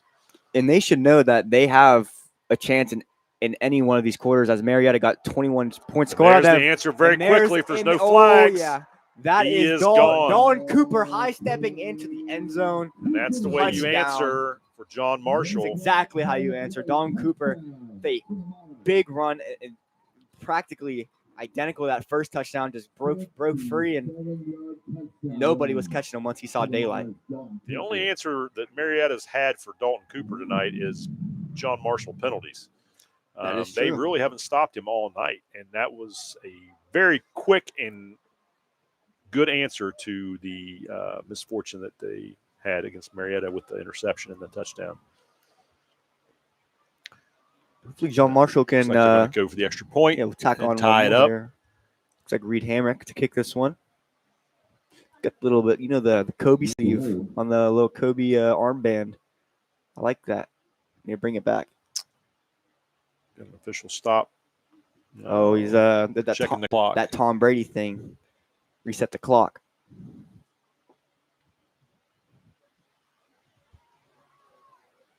Reed Hamrick. Well, Marietta's kind of jumping a little bit. Reed Hamrick kick is up, and the kick is good. It's good. They got lucky there. Marietta came across in the A gap. Just gonna look at that touchdown. Almost blocked that extra point. And replay here. Dawn Cooper absolutely just breaking free once he got past the line of scrimmage there. Nobody was touching him once he got past. And it was just. Tell you what happened there. John Marshall did a good job in getting on to the Creating second level. And they got to their linebackers, and and covered him up, and that freed him up to make that long run. And well blocked and executed play right there for John Marshall. Here's another Healthland replay at a different angle. Did you see this? Take a look at the offensive line here and watch him get to that second level. Getting the blocks on the linebackers, and he just outran number 22 Will Torrens from Marietta. So both the big-time players on Marietta and a lot of players going both ways. Oh, yeah, 100%. Don Cooper not really celebrating there, kind of keeping it humble cookie. I like that. Because he knows this game's not over. It's tied up. He just knows it. Oh, he's smiling. You know. Well, we talked about at the beginning of the game that this was going to be a back and forth and a tight ball game, and it looks like we're getting there. Absolutely. The whitest teeth in the valley, I got to say, Don Cooper. I love it. Reed Hamrick to kick it off. And it is a onside kick. Onside kick, and will not get. It will get 9 yards. And if I'm not mistaken, it's 10 yards. You have to get it. It's 10 yards. When I tell you that was 9.5 yards, they're not. They're putting it up. They're putting it as they got 9 yards. That was at 9.5. That was close. At Central, we called that. Don't know if I can. They call it the poopy kick. That's what they call it at Central, where you'd kick it about 10 yards and the kicker would return it. That's what they called it. This is my favorite.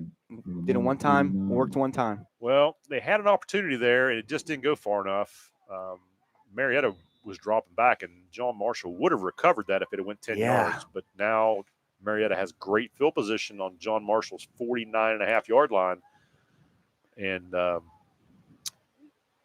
they took an opportunity. They took a chance, and it didn't pay off for them here. So let's see if John Marshall's defense can get a stop, or if Marietta's going to answer. So Marietta starting off with great field position here in Monarch territory.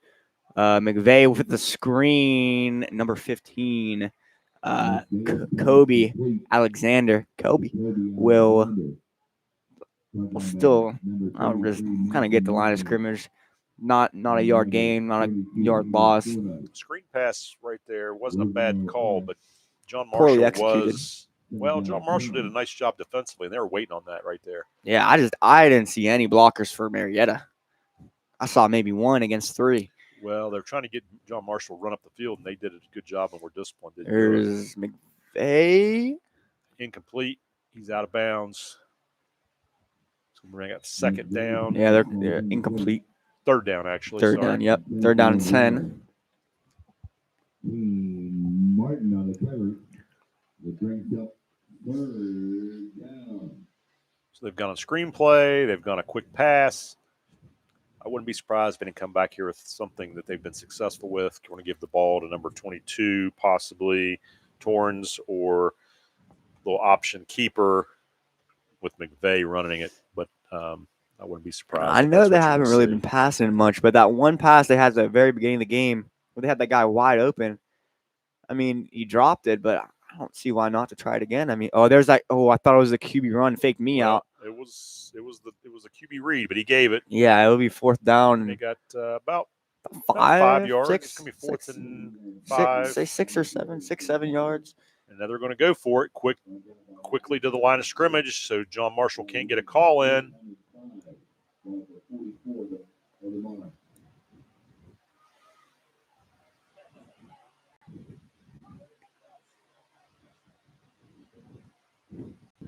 So McVeigh. They got a quick hit. Ben Roethlisberger pulled that one off before. Oh my goodness! Kick and not a friendly bounce. No. But they do get the ball down inside the 20 at about the 17-yard line. Yeah, I just got not an awful call. I kind of like the call. I do too.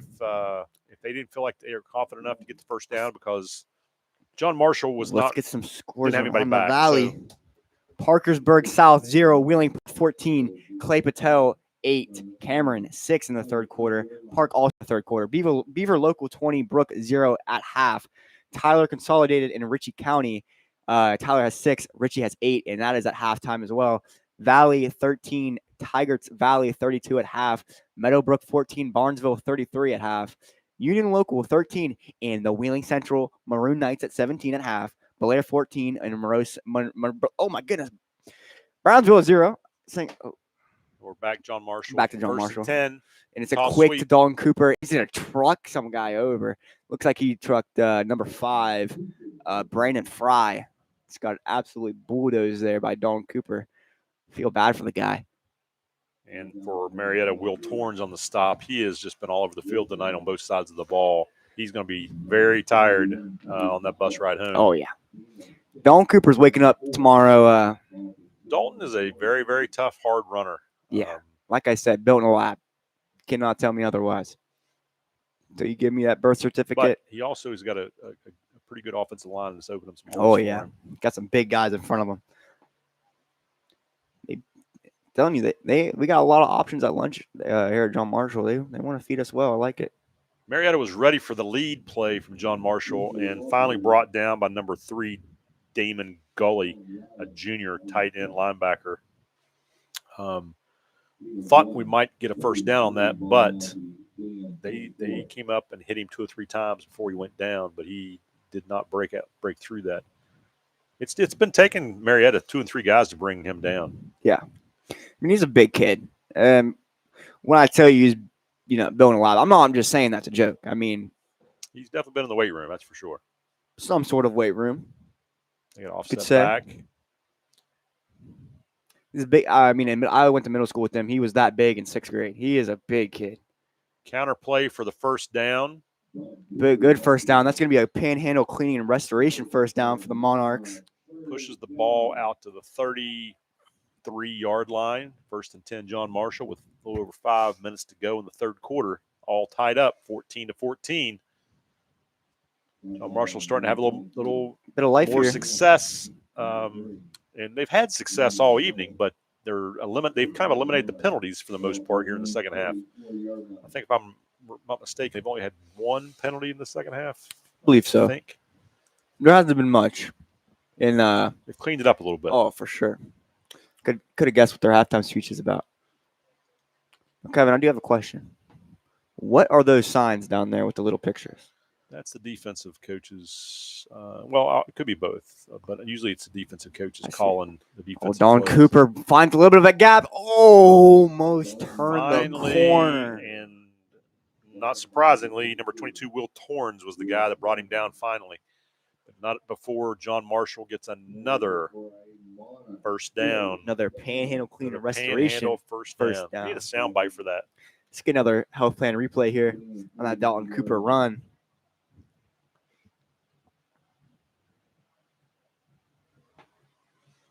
We'll toss sweep to the right. And he just had a little jog. He saw daylight and boom. That was a lot of him there. Oh, yeah. Running through some arm tackles. Marietta's got to get their pad level John down Marshall, Dalton Coopers.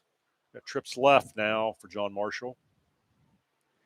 Caden Knapp looks to take a QB draw here and will get smothered up for about a gain of 2. A whole bunch of Marietta players. Like the Tigers on that play. 15's on the bottom of the pile, who's Kobe Alexander, senior linebacker. But there was a lot of help there. Mm-hmm. Got about 2 yards. Not a bad first down play. No. Puts John Marshall inside of Marietta territory barely. Hey. They could run some clock here. If they can go down and score, that's going to cut it down to almost the fourth quarter. With just over 3 minutes to go. Advantage. They got a wheel route. Caden Knapp. But Marietta's all over him. Left, and it is caught by Kane Martin. Thought he was in the NFL there for a second, trying to get back up, but he is down. But that is a first down, John Marshall. Panhandle, cleaning and restoration, first down. Absolutely. Inside the 30-yard line. Look at that on the health plan replay. What a catch there by Kane Martin. It looks like they're playing hurry up here, so I wonder if he actually had control of that the entire way down. Obviously, the's no replay in high school, but replay, so I think they're just trying to keep the momentum going. I heard that they were going to introduce it. Little birdie told me. Landon Snyder smothered up, and looks like they're trying to strip the ball there. About 8 on that little fast screen to the right. Could see all the arms like flinging up in the air there. Who was on the tackle there? Looked like number 8, Lucas Miller, possibly. And, Owen Riley was also there to stop it. Don Cooper, a bit confused, but he'll come on the field now. And number 32, Hayden Fordyce will come off the field now for Don Cooper. Caden Knapp will be in shotgun formation. He has trips out to his left and will look to his left, trying to find a man, and it is caught Landon Snyder, and they're both fighting for it, and they will get that first down. That is enough for a Panhandle cleaning and restoration first down. How about that? And Snyder losing his towel there, but he got it. Had a stack trips formation on that play and tried to run a little out. Just going to look at that on the health plan replay here. And then hit the curl route.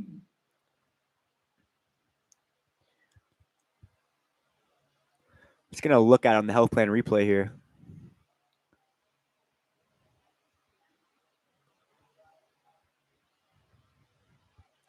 Just a great catch there. Good hands. While you're gone, just a bit of a quick run up the middle for a gain of about 5. And number 22, Will Torrens, is coming up off the bottom of that pile again. And number 15, Kobe Alexander. I've called their names quite often tonight on defense. Kobe. Torrens has got to be pushing 12 to 14 tackles already tonight. I don't have the stats, but I'm just mentally. As many times as I've called his said name. His name, yeah. I know I've said Kobe at least 12 times. Kobe, about 13. Knapp in shotgun. Snap. Oh, almost. Oh, my goodness. That was very close. And Don Cooper will get into the end zone for the touchdown. Wow. Almost a disastrous play for the Monarchs there, but they will capitalize off that play. And Mason Morgan is trying to get the student section hype, you could say. With 39.3 seconds to go in the third quarter, John Marshall 20 and Marietta 14, with John Marshall attempting the extra point. See if John Marshall can. Hey, what? This is a heck of a ball game. Back and forth. Both teams, they both made some mistakes, but the second half has been a little cleaner. But it's just like a heavyweight fight. One gets a knockdown, and then the other one comes back and knocks them down. See this extra point here. Reed Hamrick is up, and it is no good. Wide right. Hope that doesn't come back to cost him. Yeah, I think if I had to guess, his hips are pointing towards the right. Let's get another look at that on that touchdown here on the health plan replay. Wow, that was good. He just bobbled it, but it was a scary play because it almost got picked. Almost got pick 6 on that. That would have been a pass. Oh yeah. That would have been a backwards pass. So yeah, regardless, it would have been a fumble. Let's get an angle of that play on the health plan replay here. Actually, I think it was a forward pass. You sure? I'm pretty sure. We'll see here. We'll see. That's close. I don't know, man. If he'd have dropped it, it'd been incomplete. But they could have picked it off. Either way. Well, if it was behind the line of scrimmage. Doesn't matter. Why? High school? Forward. I thought if the ball drops behind the line of scrimmage, it's if it's a forward pass, don't quote me on that. I've got the rule book right next to me. We're all good. Anytime the ball goes forward, it's a pass. I thought if it was behind the line of scrimmage, it's fair. Nope. I don't know where I read that. Landon McCabe will kick it off. That's why if you ever see those that play where they have that little touch pass from the quarterback, that's why they do that, because if they drop it, it's incomplete. I see. And that's a good return there. Oh, and that was almost a late hit. Little bit of emotion there, a little scuffle. Yeah. No flag, though. Yeah, number 6 was down, and there was a bit of an extra contact there. Monarchs are very lucky the refs didn't throw a flag there. Okay, Marietta takes over 1st and 10 from the 30, at their own 30. And we'll see if they can answer here. And no, we have Xavier Wells down the field. Looks like a cramp. He looks like he's in the cramp formation here, you could say. And yep, there it is. There's the cramp formation as Smitty puts that leg up and will stretch it out. Got to say, shout out Smitty.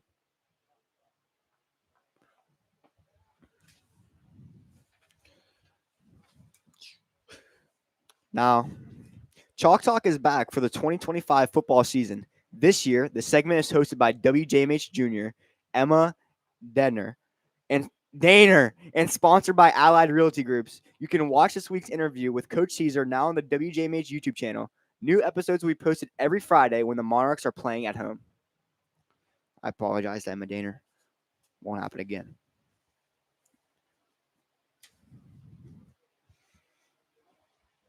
I'm going to write that down.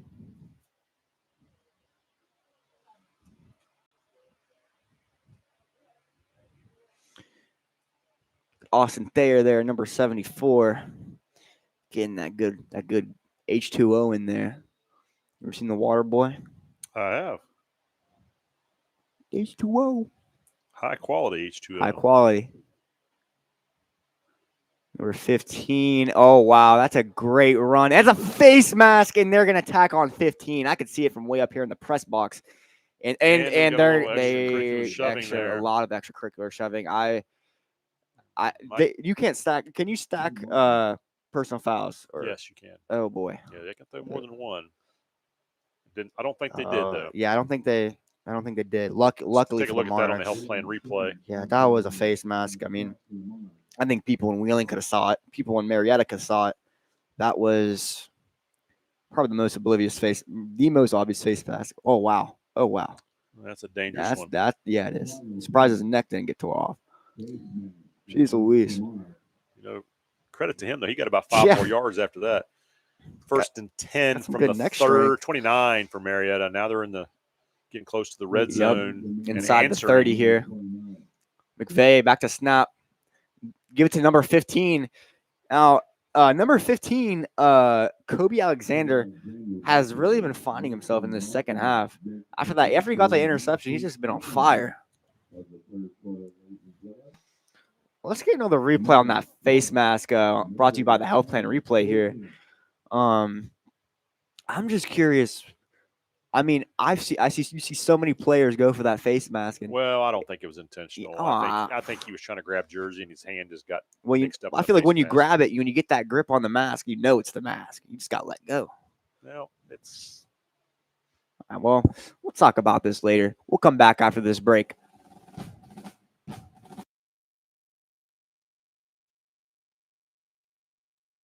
We're Panhandle Cleaning and Restoration, and we're gonna save you. We've got it down to a science, an absolute state of art. We do it all, restoration, cleaning, and reconstruction. When disaster strikes, just pick up the phone. We're Panhandle Cleaning and Restoration, and we're gonna save you. Tuesday, September 16th, starting at 5:30 p.m., Marshall County Schools represents Looking Out for Our Kids. Here's speaker Caleb Joseph as he delivers his self-help tour at the John Marshall High School Center for Performing Arts, centered on managing emotions and removing the stigma on mental health. It's free and open to the public. And I don't think there's anything more we need right now than mental health awareness. Marietta's got a little bit of momentum. Number 15, Kobe. Big stiff arm there. They're gonna give him stopped right before that first down marker. He's down. He is down. I think he's cramping up. Yeah, he's got a lot to do tonight. They got to give him some pickle juice. Ways. That's that early on in the season, that's going to happen because they're not quite in enough shape. It's not, and the temperature is actually not been too bad. Yeah, they're on that mid-season, that mid-season shape. It's even worse when it's hot out. But, it's going both ways and special teams and all that. I don't think he's come off the field much. No, not at all. 3rd and short for Marietta. Number 5, Braden Fry. And there's a lot of just pushing and shoving here. On the field down there. Yeah, it is. And if Marietta's not careful, they're going to get 15 tacked on them too, because it looks like they were the ones kind of instigating it that time. And it's going to be 4th and inches. Like Hayden Fordyce was on that tackle. You can see the Monarchs student section gathered up in the far. They're all coming back now. Here's a big play for Marietta. 4th and inches. John Marshall needs a huge stop right here. This could be the biggest play of the game for Marietta here as we're going to this fourth quarter. Number 22 is going to be close, and he's going to get it. He's got That's tough. That's a tough. I mean, John Marshall did a good job. They got their pad level low, but Marietta got just enough of a push. Push. Going to be 1st and 10 from about the 19-yard line for Marietta. Clock's running, 10:27. And, it seems like we still have, a lot to go, 10 minutes. But if Marietta scores, it's gonna start coming down. Oh, like that. That was a backwards pass, no? It was close. I couldn't tell. All right. If it was a backwards pass, it wouldn't matter because it went out of bounds. But correct. But if it was on the ground, yeah. Okay. All right. That's why you never want to throw the ball backwards. But 2nd and 10, they dodged that one, threw it out of bounds. I don't think they'd have got much if they'd have completed it, so it might have worked out in their favor. This is good. Each game I'm getting more intelligent with my ball knowledge. And we have a penalty. This looks like a penalty. No, it was a backwards pass, so they marked the ball out where it went out of bounds. Yeah. They lost 5 yards on that play. So it'll bring up go. 2nd and 14. There's the difference. And he's going to QB read option. Oh, boy. Number 5. I think Brandon if Brandon Fry would have stayed outside, he would have had absolutely. A little bit more. Absolutely. But, kind of Kane Ankrum the great tackle. Had the pitch man right there, and he did a nice job and forced him back in. John Marshall's done a much better job in the second half against the option. I think Marietta exposed them early on, and I think Coach Caesar and his staff cleaned that up at halftime and talked about who has who. And, when teams run I'm a big fan of the option, but when teams run the option, it makes you play assignment football. And the second half, John Marshall has definitely done a much better job of assignment football. Yeah. John Marshall is – other than that face mask has been pretty – almost intercepted by Jacob Caesar there. And the coaches are – the Monarchs sideline is fired up right now. Well, he caught it in the wrong part of his body. He caught it tried to catch with his chest and not his hands. That'll do it. Hands out there. That'll do it. They always say that's why some of those guys play defense and not offense. That'll do it. He's actually the backup quarterback. Well, he's got to look at that on the health plan replay. I'm sure that they'll tell him about it. Yeah, he'll be thinking about that tonight. There's the health plan replay. Yeah, that's he'll be thinking about that tonight. And that's what caught! A catch! And oh my goodness, what an athletic play by number 14, Owen Riley. Just absolutely laying out to get in for that touchdown there. It's going to put it right where he needed it to go, too. Full body extension. He would have not. And he extended out over the goal line. Yeah, too. Full body extension. I mean, he had to reach the ball over at least 3 yards there to make it into the end zone. Here's where the extra point could come in critical if Marietta can convert. Everybody saying kickers are not important. Please watch this right here.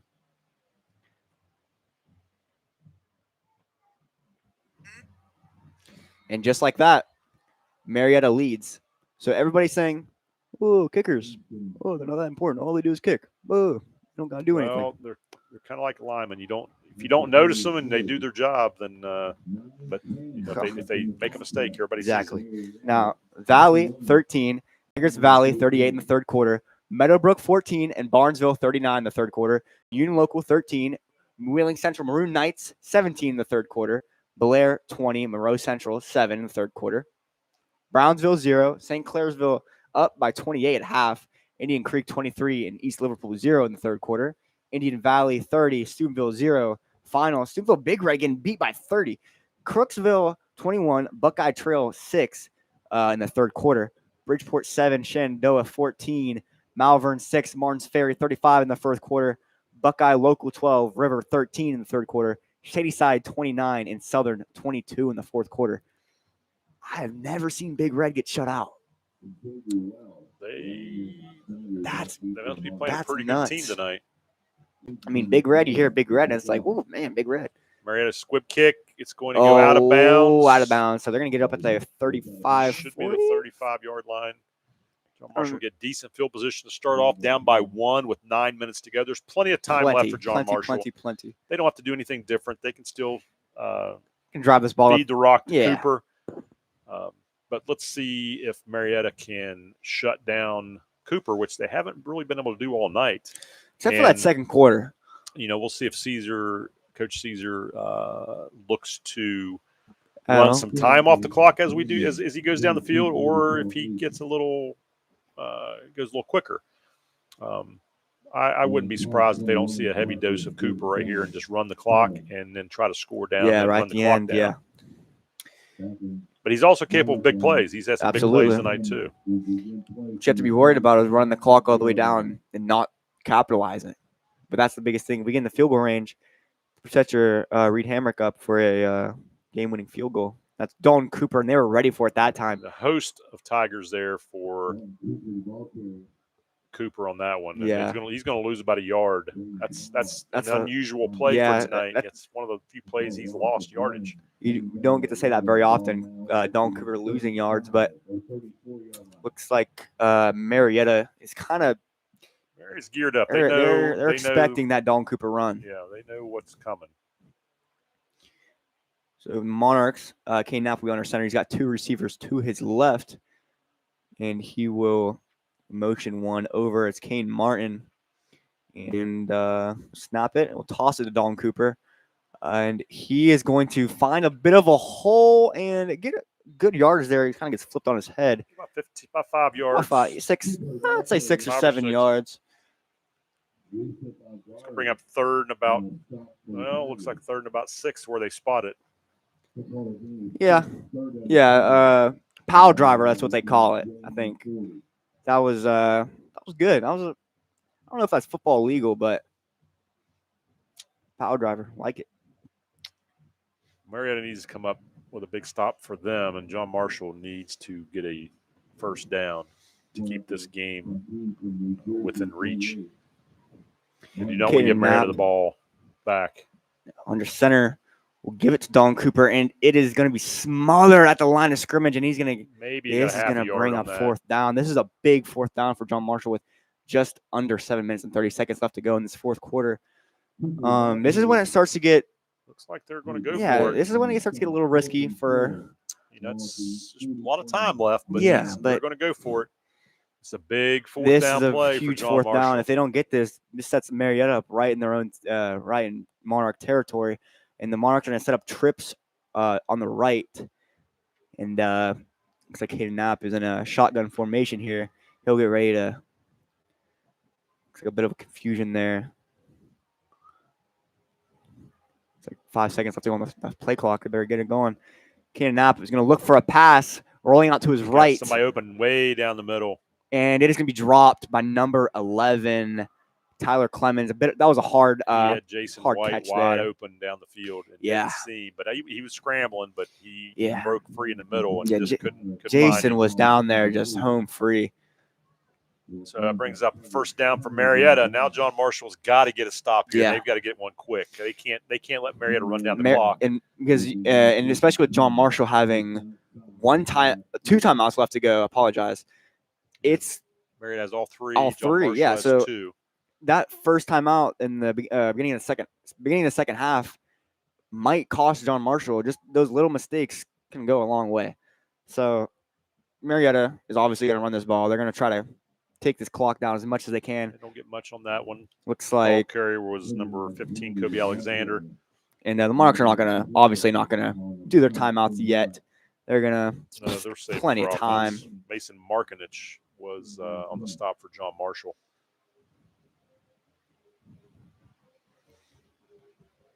And Marietta's going to waste as much time as they possibly can, which is smart on their part. Why wouldn't you? I'm sure this is making the Monarchs even more frustrated, which makes it a more chippy game. Flag on the play. That will help stop the clock, and it is a legal procedure on offense. So the clock will stop, and it's going to put them at 2nd and 15. That's a big mistake on Marietta's part. And nope, the clock's running. They restarted. Yeah, they restarted it after the ball was spotted. Okay.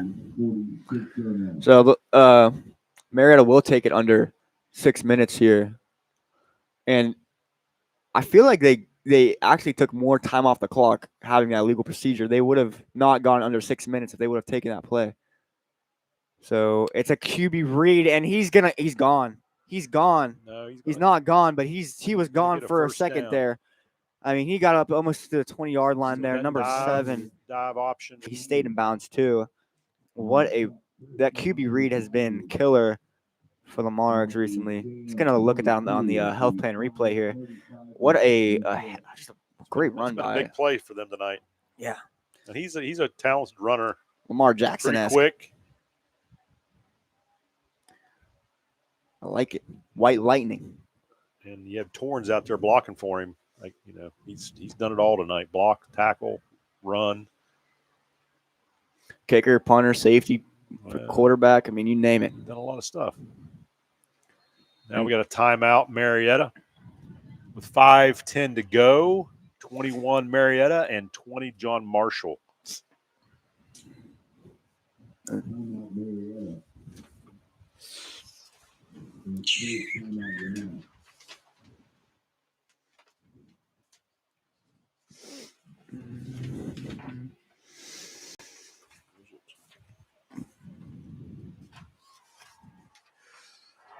Monarchs Stadium Community Night is hosted August, September, and October every Sunday from 4 to 7 p.m. The public is invited to walk, run, kick field goals, or even just enjoy the facilities. No pets are permitted, though.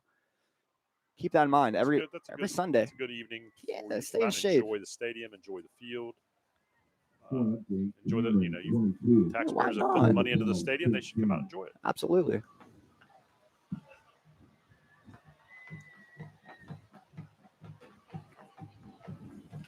All right, now first and 10 for Marietta with 5:10 to go. John Marshall is in desperately need of a stop here. And stop. I mean, this is 4-down territory, so they're going to stop him with 4 plays.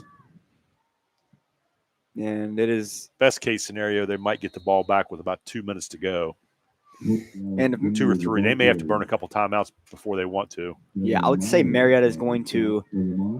They're definitely not putting the ball in the air. No, not at all. If I had to guess, they're gonna just try to get as close as they can, close to the field goal. If they make it, a 4-point game, the Monarchs have to score. They have to get in the end zone. Yep. And that little extra point that everyone thinks is not that significant is really. Well, right it's made it instead of a tied game, it's made it a 1-point lead. So it's changed the dynamic. Oh, we got a little change the dynamic entirely. Dive read option QB. again. He fakes the pitch and he keeps it for a couple yards. It'll be 3rd and about 5.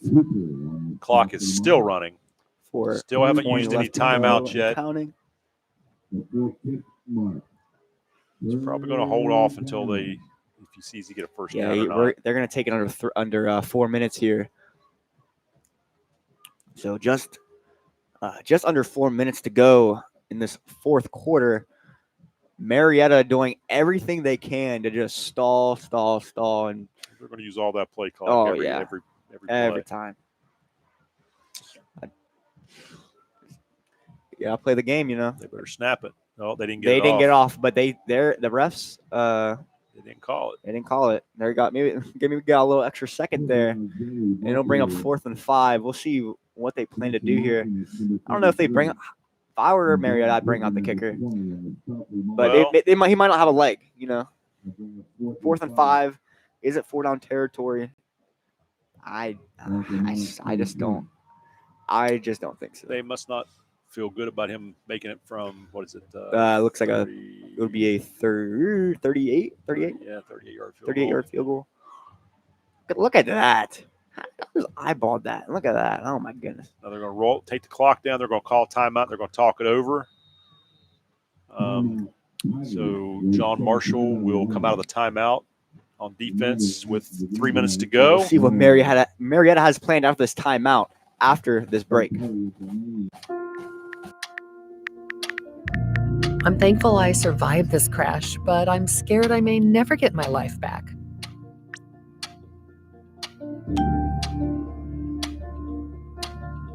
accidents was not your fault. You should get legal help. For my accident, I got GKT. I agree. Get GKT.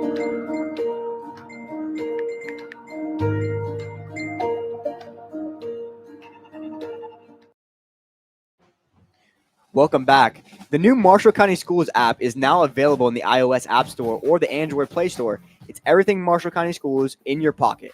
Download the Marshall County Schools WV app today and enable notifications to stay connected. That is a great reminder for me that I do need to install it. I've yet to do that. And that may be a good idea. No, I need to. That's how I see my grades.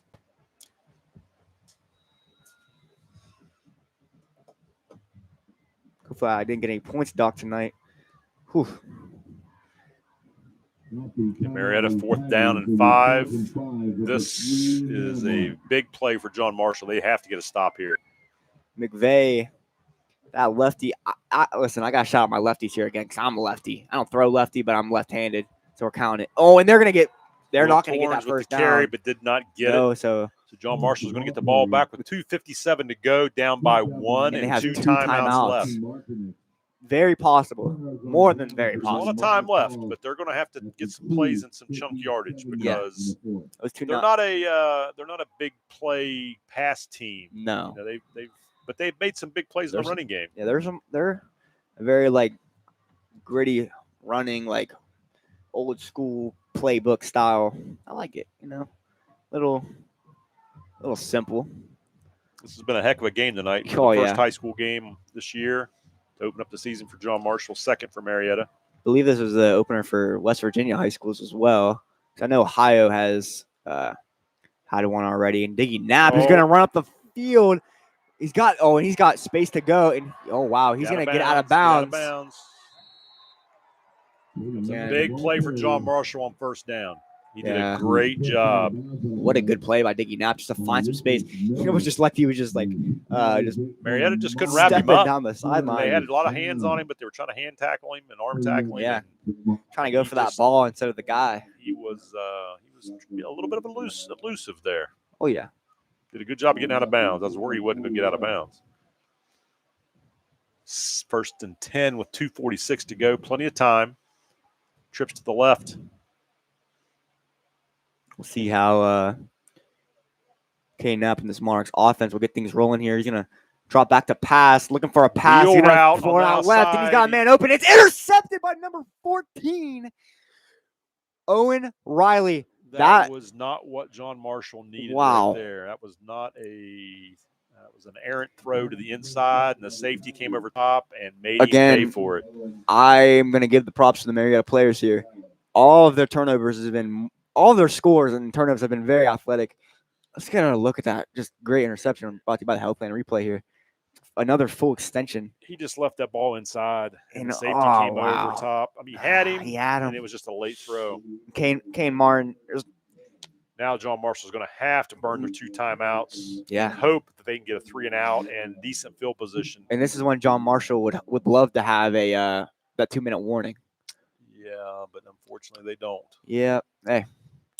WVSSAC. They've got to get 3 and out right here, though. They cannot let them. And there's a flag on the plays. Let's see who that could be on. Looks like it's going to be on Marietta here, if I had to guess. Delay a game. I'm not sure. Yeah. So that's going to be a 5-yard penalty on Marietta. First and 15, which helps John Marshall out. No time ran off the clock. Now Marietta is going to get at least a play with time being taken off. And oh no, that's not too much on first down. Way too much. Tackle made by 25, Briar Cork. Like John Marshall is going to take their second time out here. Yep.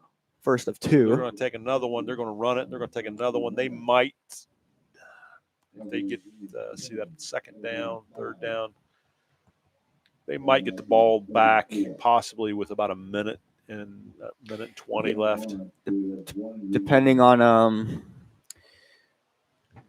Here's Round the Valley football scores for tonight. Wheeling Park 14, Parkersburg South 7 in the third quarter. Beaver Local 20 over Brook to 0. Ritchie County 8, Tyler Consolidated 6 in the third quarter. Cameron fights back and is up on Clay Battelle 22-16 in the fourth. The Marietta band and student section. This has been a very well attended game by both groups. Oh, yeah. And you get let's see some more scores here. St. Clairsville's up. Tiger Wheeling Central's Valley's still winning. Barnesville's up 45-21. Bel Air up 28-7. Wheeling Central was up 17-13 in the fourth.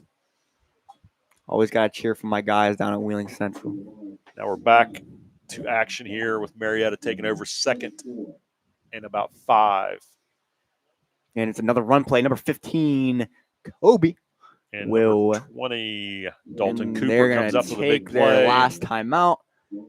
And this is when the game is going to start getting It's 3rd and 8. interesting. About for 2:22 sure. to go. So it's gonna be 4th down. They're gonna run about 36. They're gonna get if they can hold them here, they'll get the ball back with about 1:40 to go. It looks like, which is plenty of time. WJMH Media is celebrating the big 2-0 this school year. Since August of 2005, WJMH Media students have been using state-of-the-art equipment to provide high-quality productions for WTRF TV, West Banco Arena, the Capitol Theater, Marshall County Chamber of Commerce, St. Clairsville Chamber of Commerce, Marshall County Courthouse, and many, many, many more. Thank you for supporting WJMH Media for the past 20 years. I can't wait to see what the next 20 years looks like if that was the last 20 years of just that. I mean, it's a great program. Oh my goodness. I'm just thankful for the opportunity. There's glad you get to utilize that. Yeah, come out with the option play. And he's gonna get close to that first down marker. He is just short. It's now 4th and about 1, maybe 2. Oh wow. The clock is going to run. Yeah, what do you do if you're Marietta here? Do you take your I don't know, Kevin. Kevin. I think. Do you punt it? I'm not punting it personally. I probably would. Yeah, but see, you're a punting guy though. Well, I'm playing the field position game. They got to go. If you don't get it, they only got to go 38 yards. If you punt it, they're going to have to go about 50 yards. Yeah, they got that Don Cooper 50 to 60 averaging yards. like 20 yards even a game. if you don't punt it that well. And the clock is running. Yeah, they're going to take their final timeout to talk this over. I mean, it's a tough decision. I mean, they could have the mindset that they're going to go for it on 4th down and say, hey, we're going to win the ball game right here. Or they can play the field position game. We'll see what Marietta decides to do. See if they have enough trust in their defense.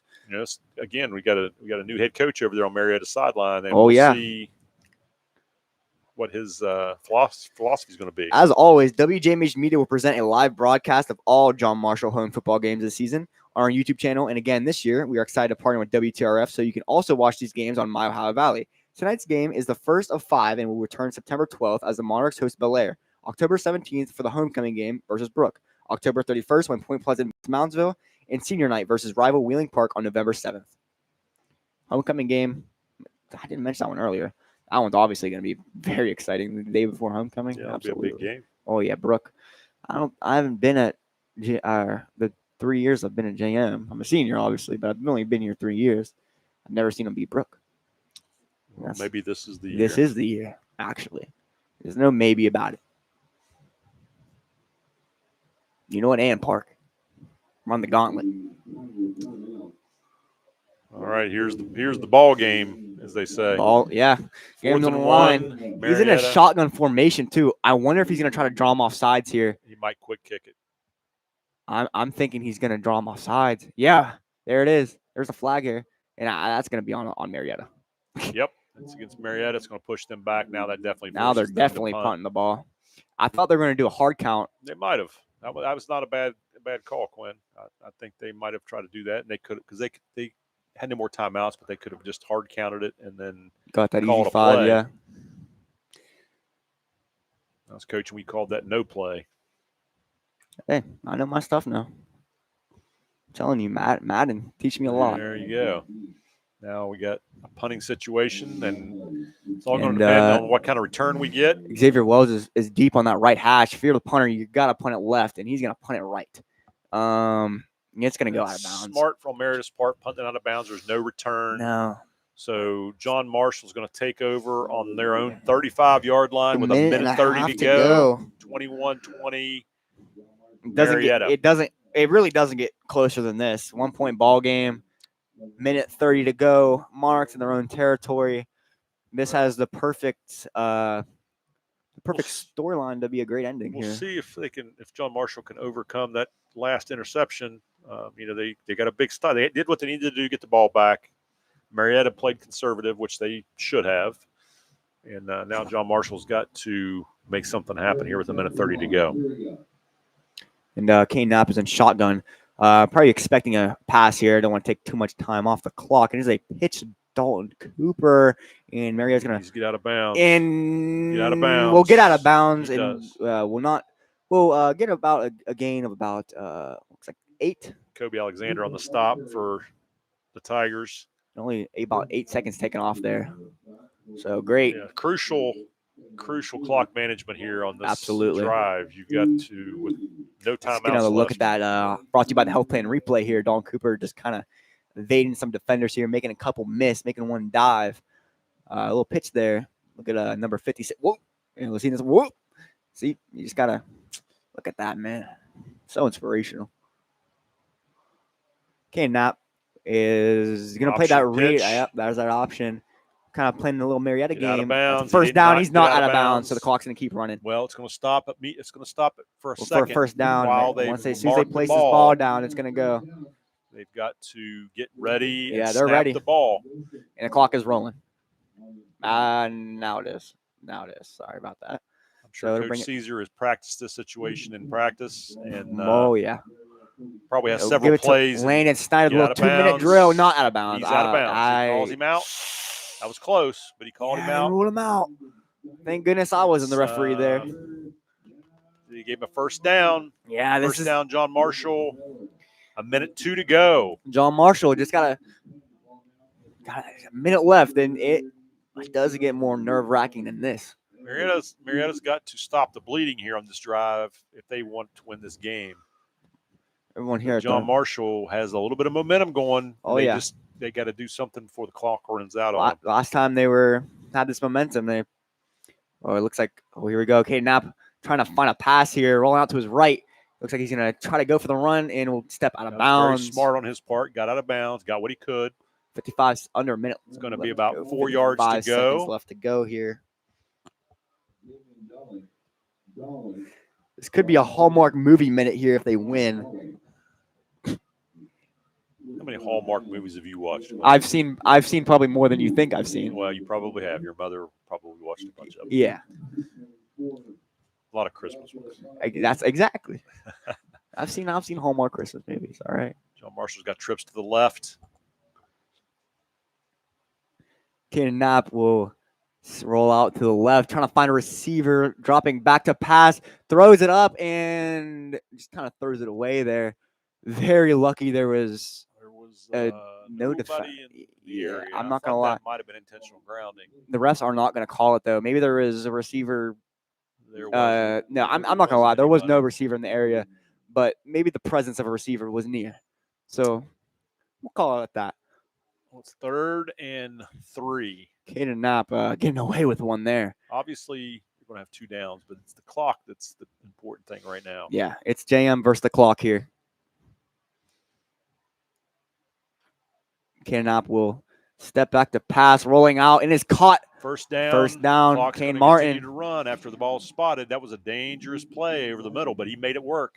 And they're going quick. They want to score. 40 seconds left to go. Spike the ball, so it's going to make it 2nd and 10 from the 19. Now they've got 39.9 seconds to go. That's plenty. I think they can still run the ball here. Yeah, I agree. Let's get a quick replay here, brought to you by the Health Plan.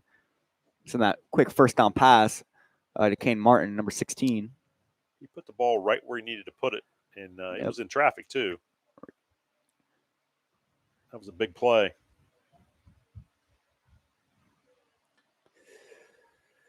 Second and 10, 39.9, still plenty of time, and they still have time to run the ball. Yeah, and I think they've got good field position. They can kind of.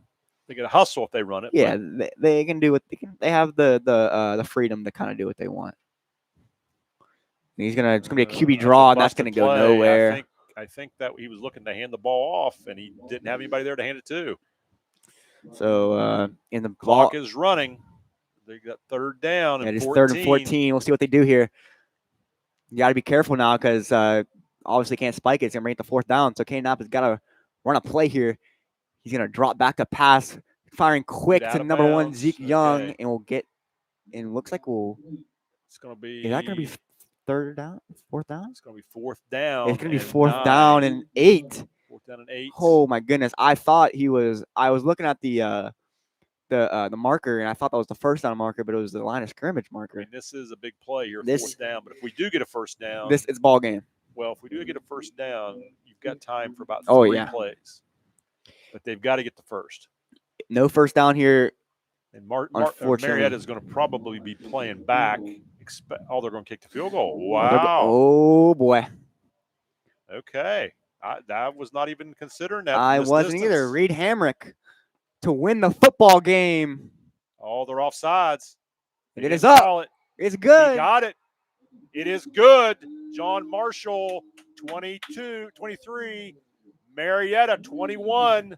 What a ending to this game so far. We have 8.4 seconds to go, but what a pressure kick. The snap, the hold. Cold as ice, Reed Hamrick. Wow. That was a big-time kick right there. And that's how you get the kicking job right there. Let's get another replay on that kick right there. You know I love my kickers. Let's look at that. Look at that. Look at that. Look at that. Look at this. What a kick. Boom. Plenty of distance right in right there. Down the right middle. in there. Now, 8 seconds left. That took me by surprise. I did not think he was going to do that. Just going to look on that kick here on the alternate replay here. The Health Plan, brought to you by the Health Plan replay. Up and good. Look at that. All right, so John Marshall does have to kick off. 8.4 seconds to go. I would expect them to put the ball on the ground and squib it so that take as much time off as much possible. time as it possibly can, but it doesn't start until somebody touches it on the other team. Yeah. Now. But that's only going to leave Marietta with maybe a play. Two plays, maybe at most 1 to 2 plays. I say this. Always, I never want to speak too soon, but I think. No, he puts it in the air. You're going to give it a chance to return it now. Oh boy. He's going to get Big down. Time 4 seconds. By number 14, so Caden Knapp. They're going to have time for one play, probably. Caden Knapp was not on the kickoff team. He's a quarterback. I thought it was 14. Nah. I must have missed the number then. I was giving credit anyway. Yeah, good job, Caden Knapp.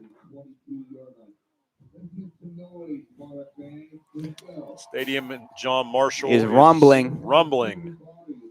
They're getting loud. They're getting ready for this first victory of the season. I can feel my seat vibrating. vibrating From last year of losing to Marietta.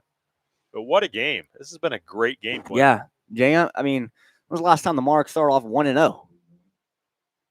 I don't know. That's the answer to that. So, and he's just going to go for it. Maybe there's nothing left on the clock. That's game. That's ball game. John Marshall, 23. Marietta, 21. The players rushed the field.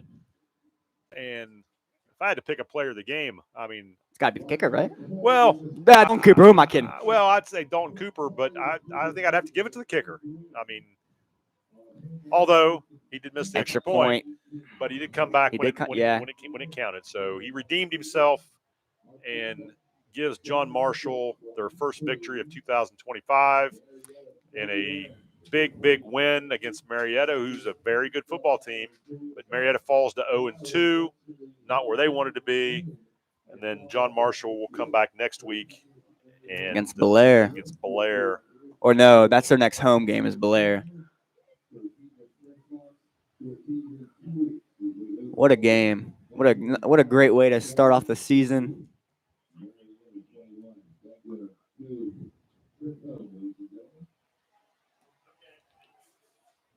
Mm-hmm.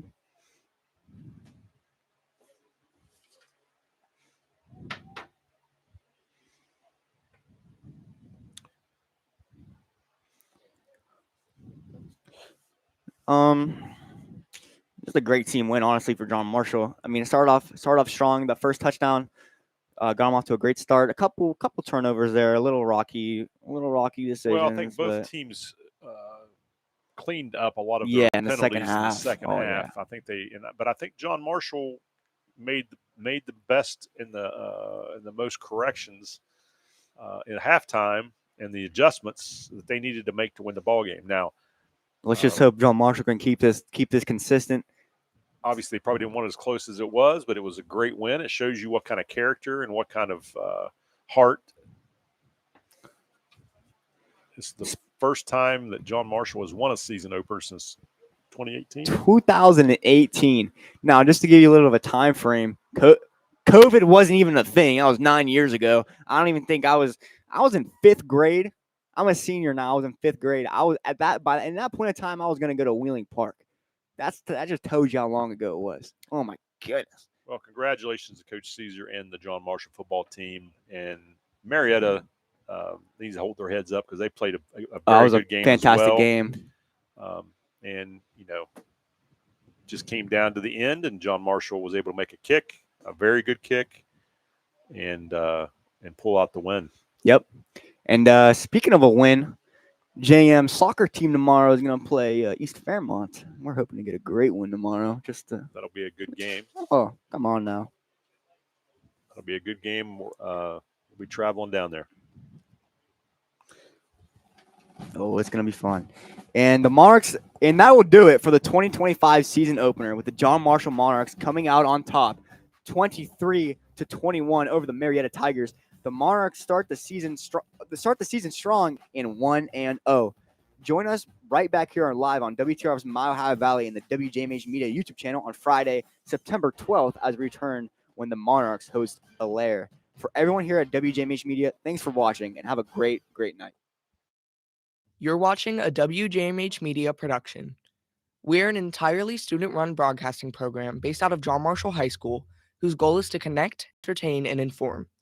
Along with many John Marshall High School productions, WJMH Media has also worked with WTRF, the Wheeling Symphony Orchestra, Augusta Levy Learning Center, OVAC, West Liberty University, and the Marshall County Chamber of Commerce.